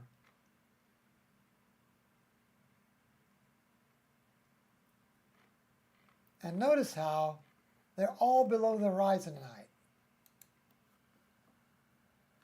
Now in April and May, these will be way above the horizon. There'll be no problem.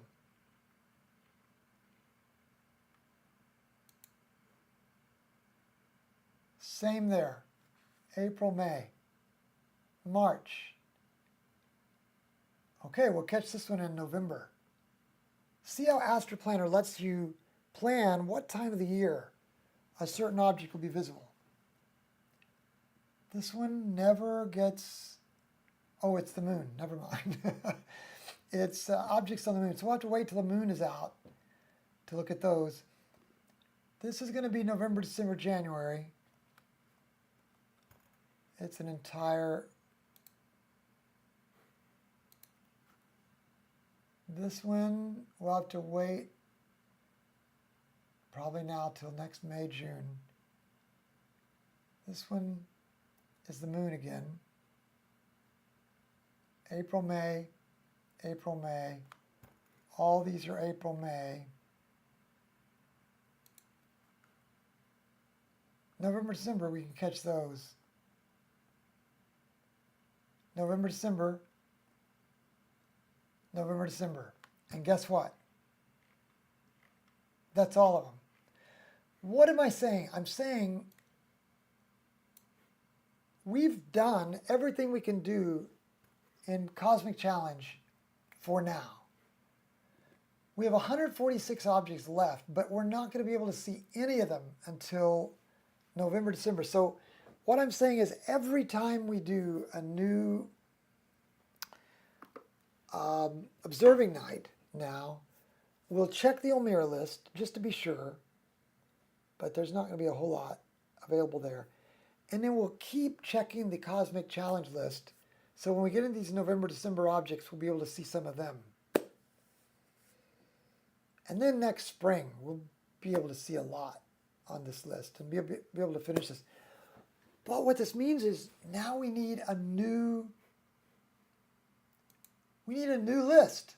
So I've been working on a list called 1001 Celestial Wonders to See Before You Die. I think I've mentioned it to you a couple of times. And this is a list we'll start next time. So let me go ahead and close out of the Cosmic Challenge list.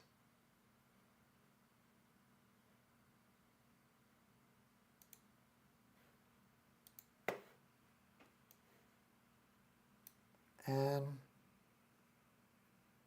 let's go back to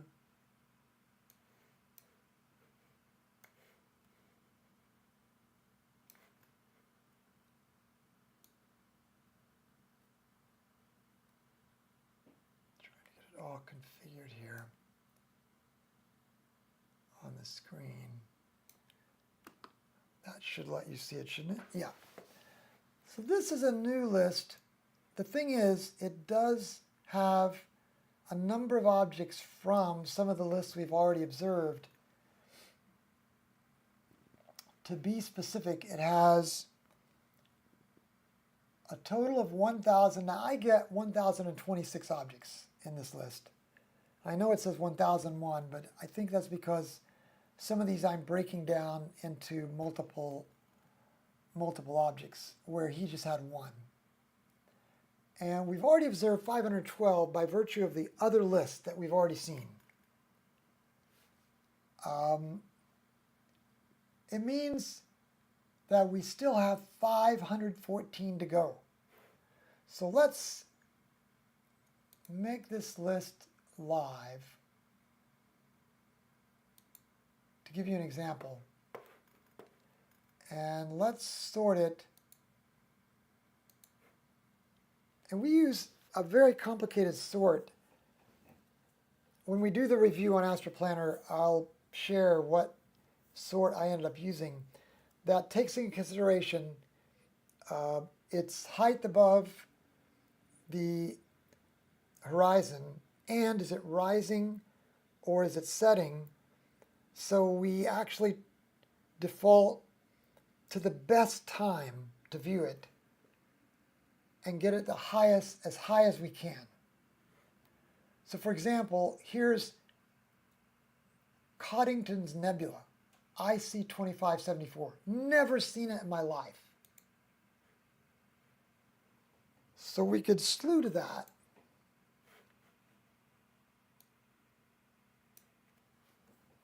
IC2574.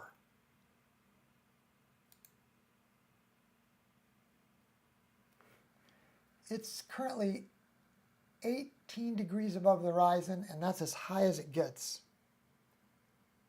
Let me catch up with you guys over here.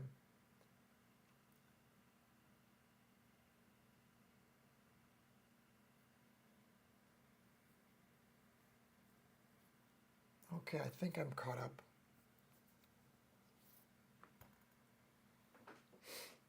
Okay. Oh, you know what? We were gonna focus, but man, we're just 3 minutes away from closing out.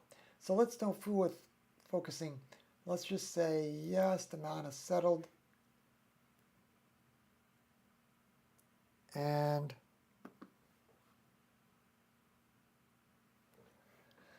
so we're doing the plate solving and realigning the telescope to the night sky so that it's perfectly centered. And now we're capturing the first 20-second exposure. We're doing these exposures 20 seconds each, and then they're stacked, you know.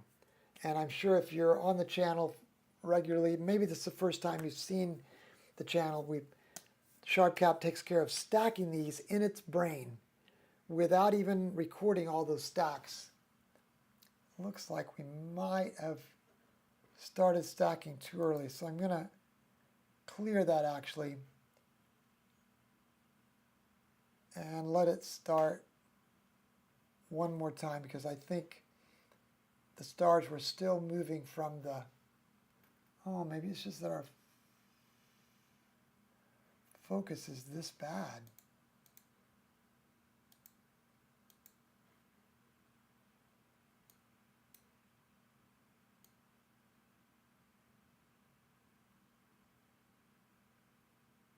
Yeah, our focus is this bad. Well, that's sad. Okay, so we're gonna do DSA completed.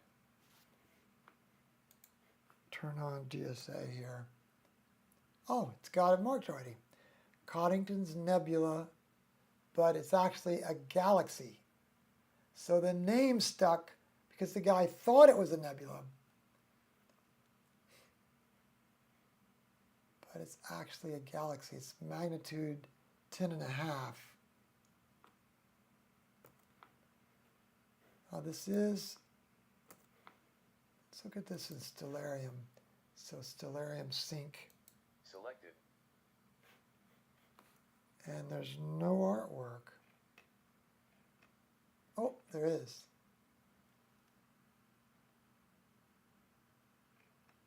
So you can see why I thought it was a nebula at first. Let's read about this. It might be another one of those dwarf galaxies. Oh, we can't read about this, can we? Yes, we can, but I would have to read about it, and I didn't bring that book tonight because I didn't think we'd get to this. But I have it actually on, even though I don't have the book, I have it on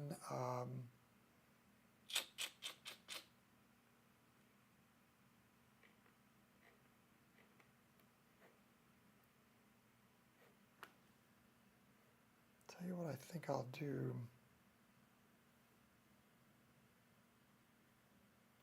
I don't know if I have this on my PC or not. Do it this way so you guys might be able to see it with me. Yeah. So let's just go to the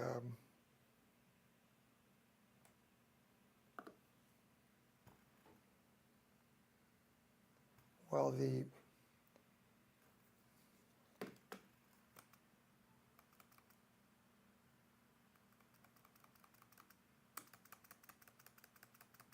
sizing is not quite right, is it?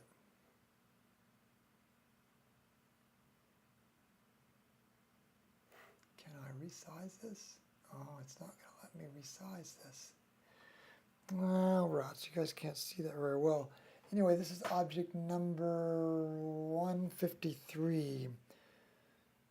So how do I go to a certain object? Maybe...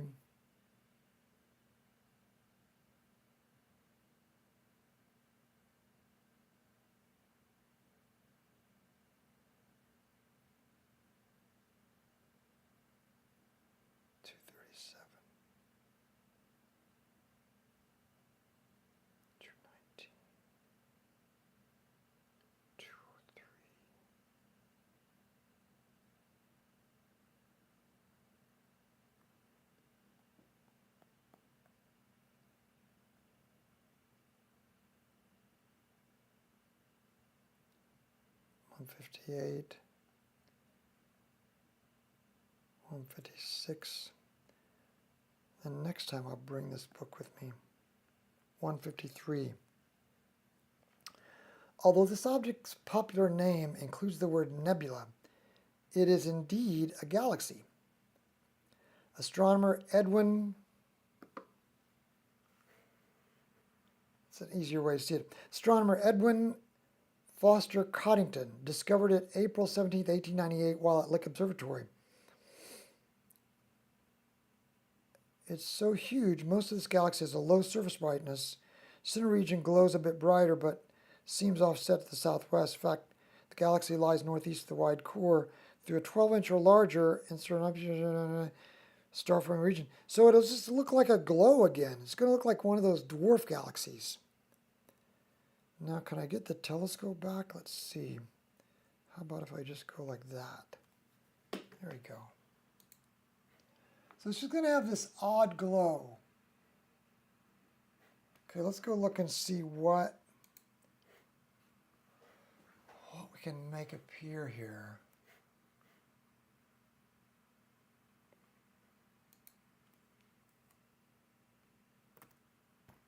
It's supposed to be right there.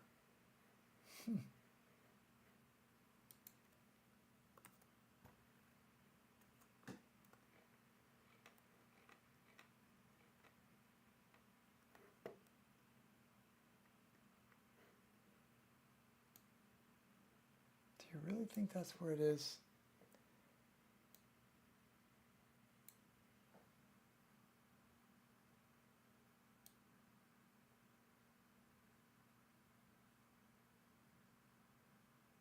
And how big is it?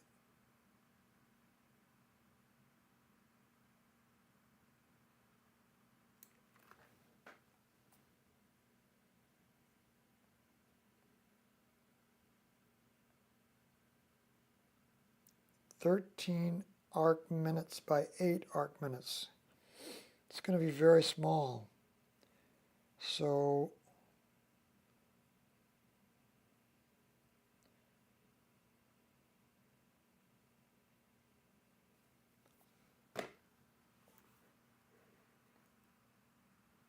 we're at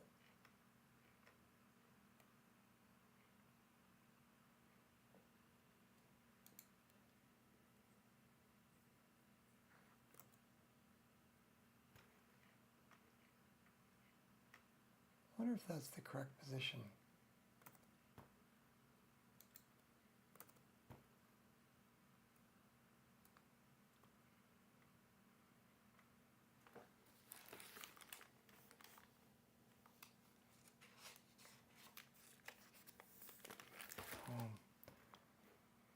Let's go back to stellarium.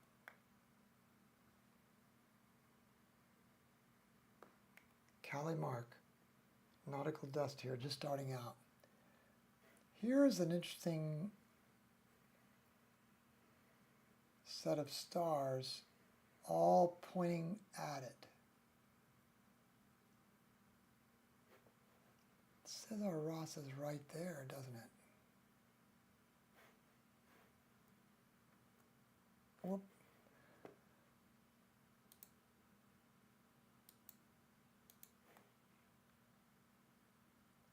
So it's going to be fairly small, but this makes it seem like it's right in the middle of our frame, doesn't it?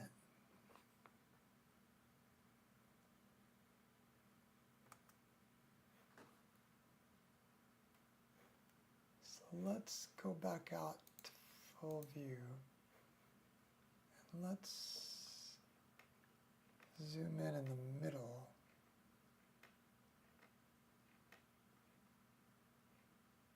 I'm liking our odds here a little better.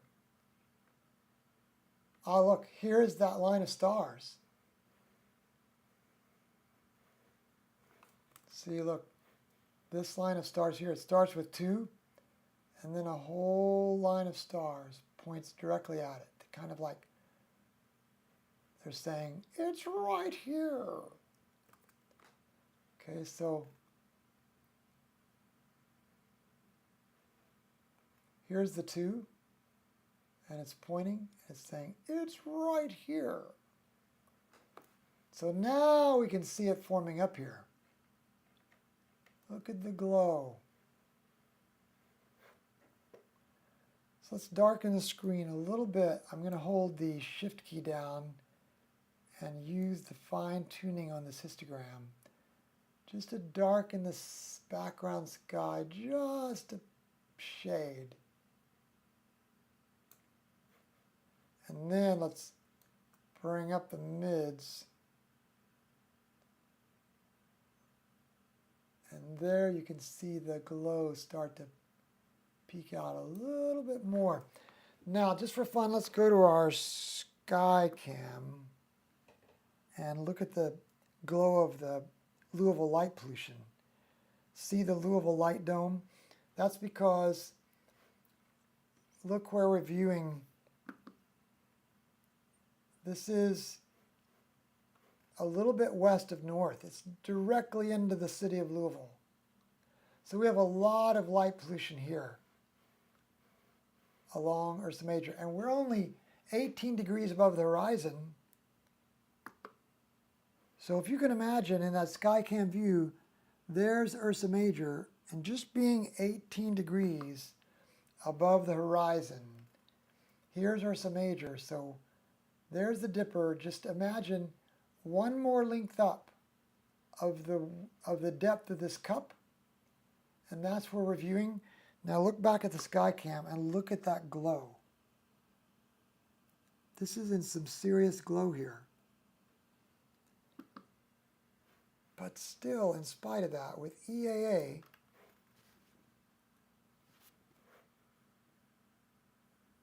we can pick this out. We can see some pretty good glow here, and that corresponds here to this brighter edge of Cottington's so-called nebula. See, there's that brighter edge. And then this glow here is starting to come out in this oval shape here. So this is our first object from the 1001 Celestial Wonders to see before you die.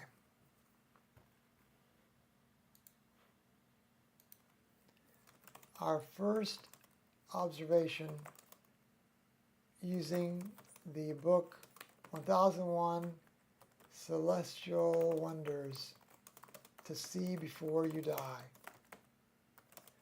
We could clearly see the brighter end of the, I'll put nebula in quotes, parentheses, galaxy, and could begin to make out the glow of the entire oval after just 12 minutes.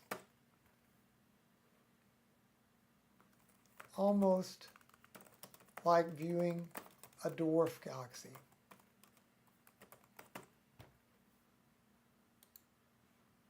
Observation logged. Okay, so that's our first object out of 514 remaining. So there you go. If you like content like this, it would be great to subscribe, if you don't mind. That puts the channel higher up in the algorithms YouTube uses to show random images to the whole world. Also, if you like content like this, you could click a thumbs up and the bell. You could click on the bell, and that way, whenever we create, which is usually 24 hours ahead of time, we create the live stream schedule. We schedule it in YouTube. Now you'll start seeing it in your YouTube searches as something that's coming up that you would like to see, presumably. Only if you like content like this. And then you could also go to emeraldhillskies.com, emeraldhillskies.com. And there you'll find a form, very brief form, just name and email, in which you can sign up for a notification email. And we send those out about 24 hours. And that way, if you don't see the YouTube announcement, at least you'll get the email. And we'd love to have you back. If you watch this maybe delayed as a recording, not live, we'd love to see you next time live on here with the usual suspects that are here with us. But you're always welcome to come back and watch the delayed viewing version. You just don't get to interact with the group. And we have people from several time zones. You probably saw we had one viewer from Germany. Oftentimes we'll have people from New Zealand and Australia. We'll need those to finish up some of these southern hemisphere objects. We'll often have Ray from out in Colorado and Wendy from Louisville. Tiffany didn't show tonight, did she, Wendy? Tiffany, I think, is from California. And folks from Canada and all over the U.S. Mike popped in from Death Valley over in California. Thanks to everybody who popped in tonight. Zeitgeist and Ben and, of course, Bruce got the name and object tonight. Dave and Mr. Another from Germany. Thanks to all of you guys. Bruce, once again, thank you for your special gift to ask your question. Thomas, your chili that you made. Eli, that's very encouraging. Thanks. Eli wrote, great show. Thank you for taking time to show some of what you do in Astro Planner. We'll do a full review like you've requested and just focus on that in particular, Eli. We won't forget you. Well, God bless you, and also thanks to God for making all these cool objects we could see. These exotic objects are hard to find sometimes. Thanks for your patience. But this is part of what we do in Emerald Hill Skies. It's not just going after the big targets. It's going after things you might not see anywhere else on the web, in any other video. We just work through these lists, and we're glad to have you a part of this family. So Thanks for being a part of it. We'll look forward to having you back. God bless. Good night. Take care. See you next time, I hope.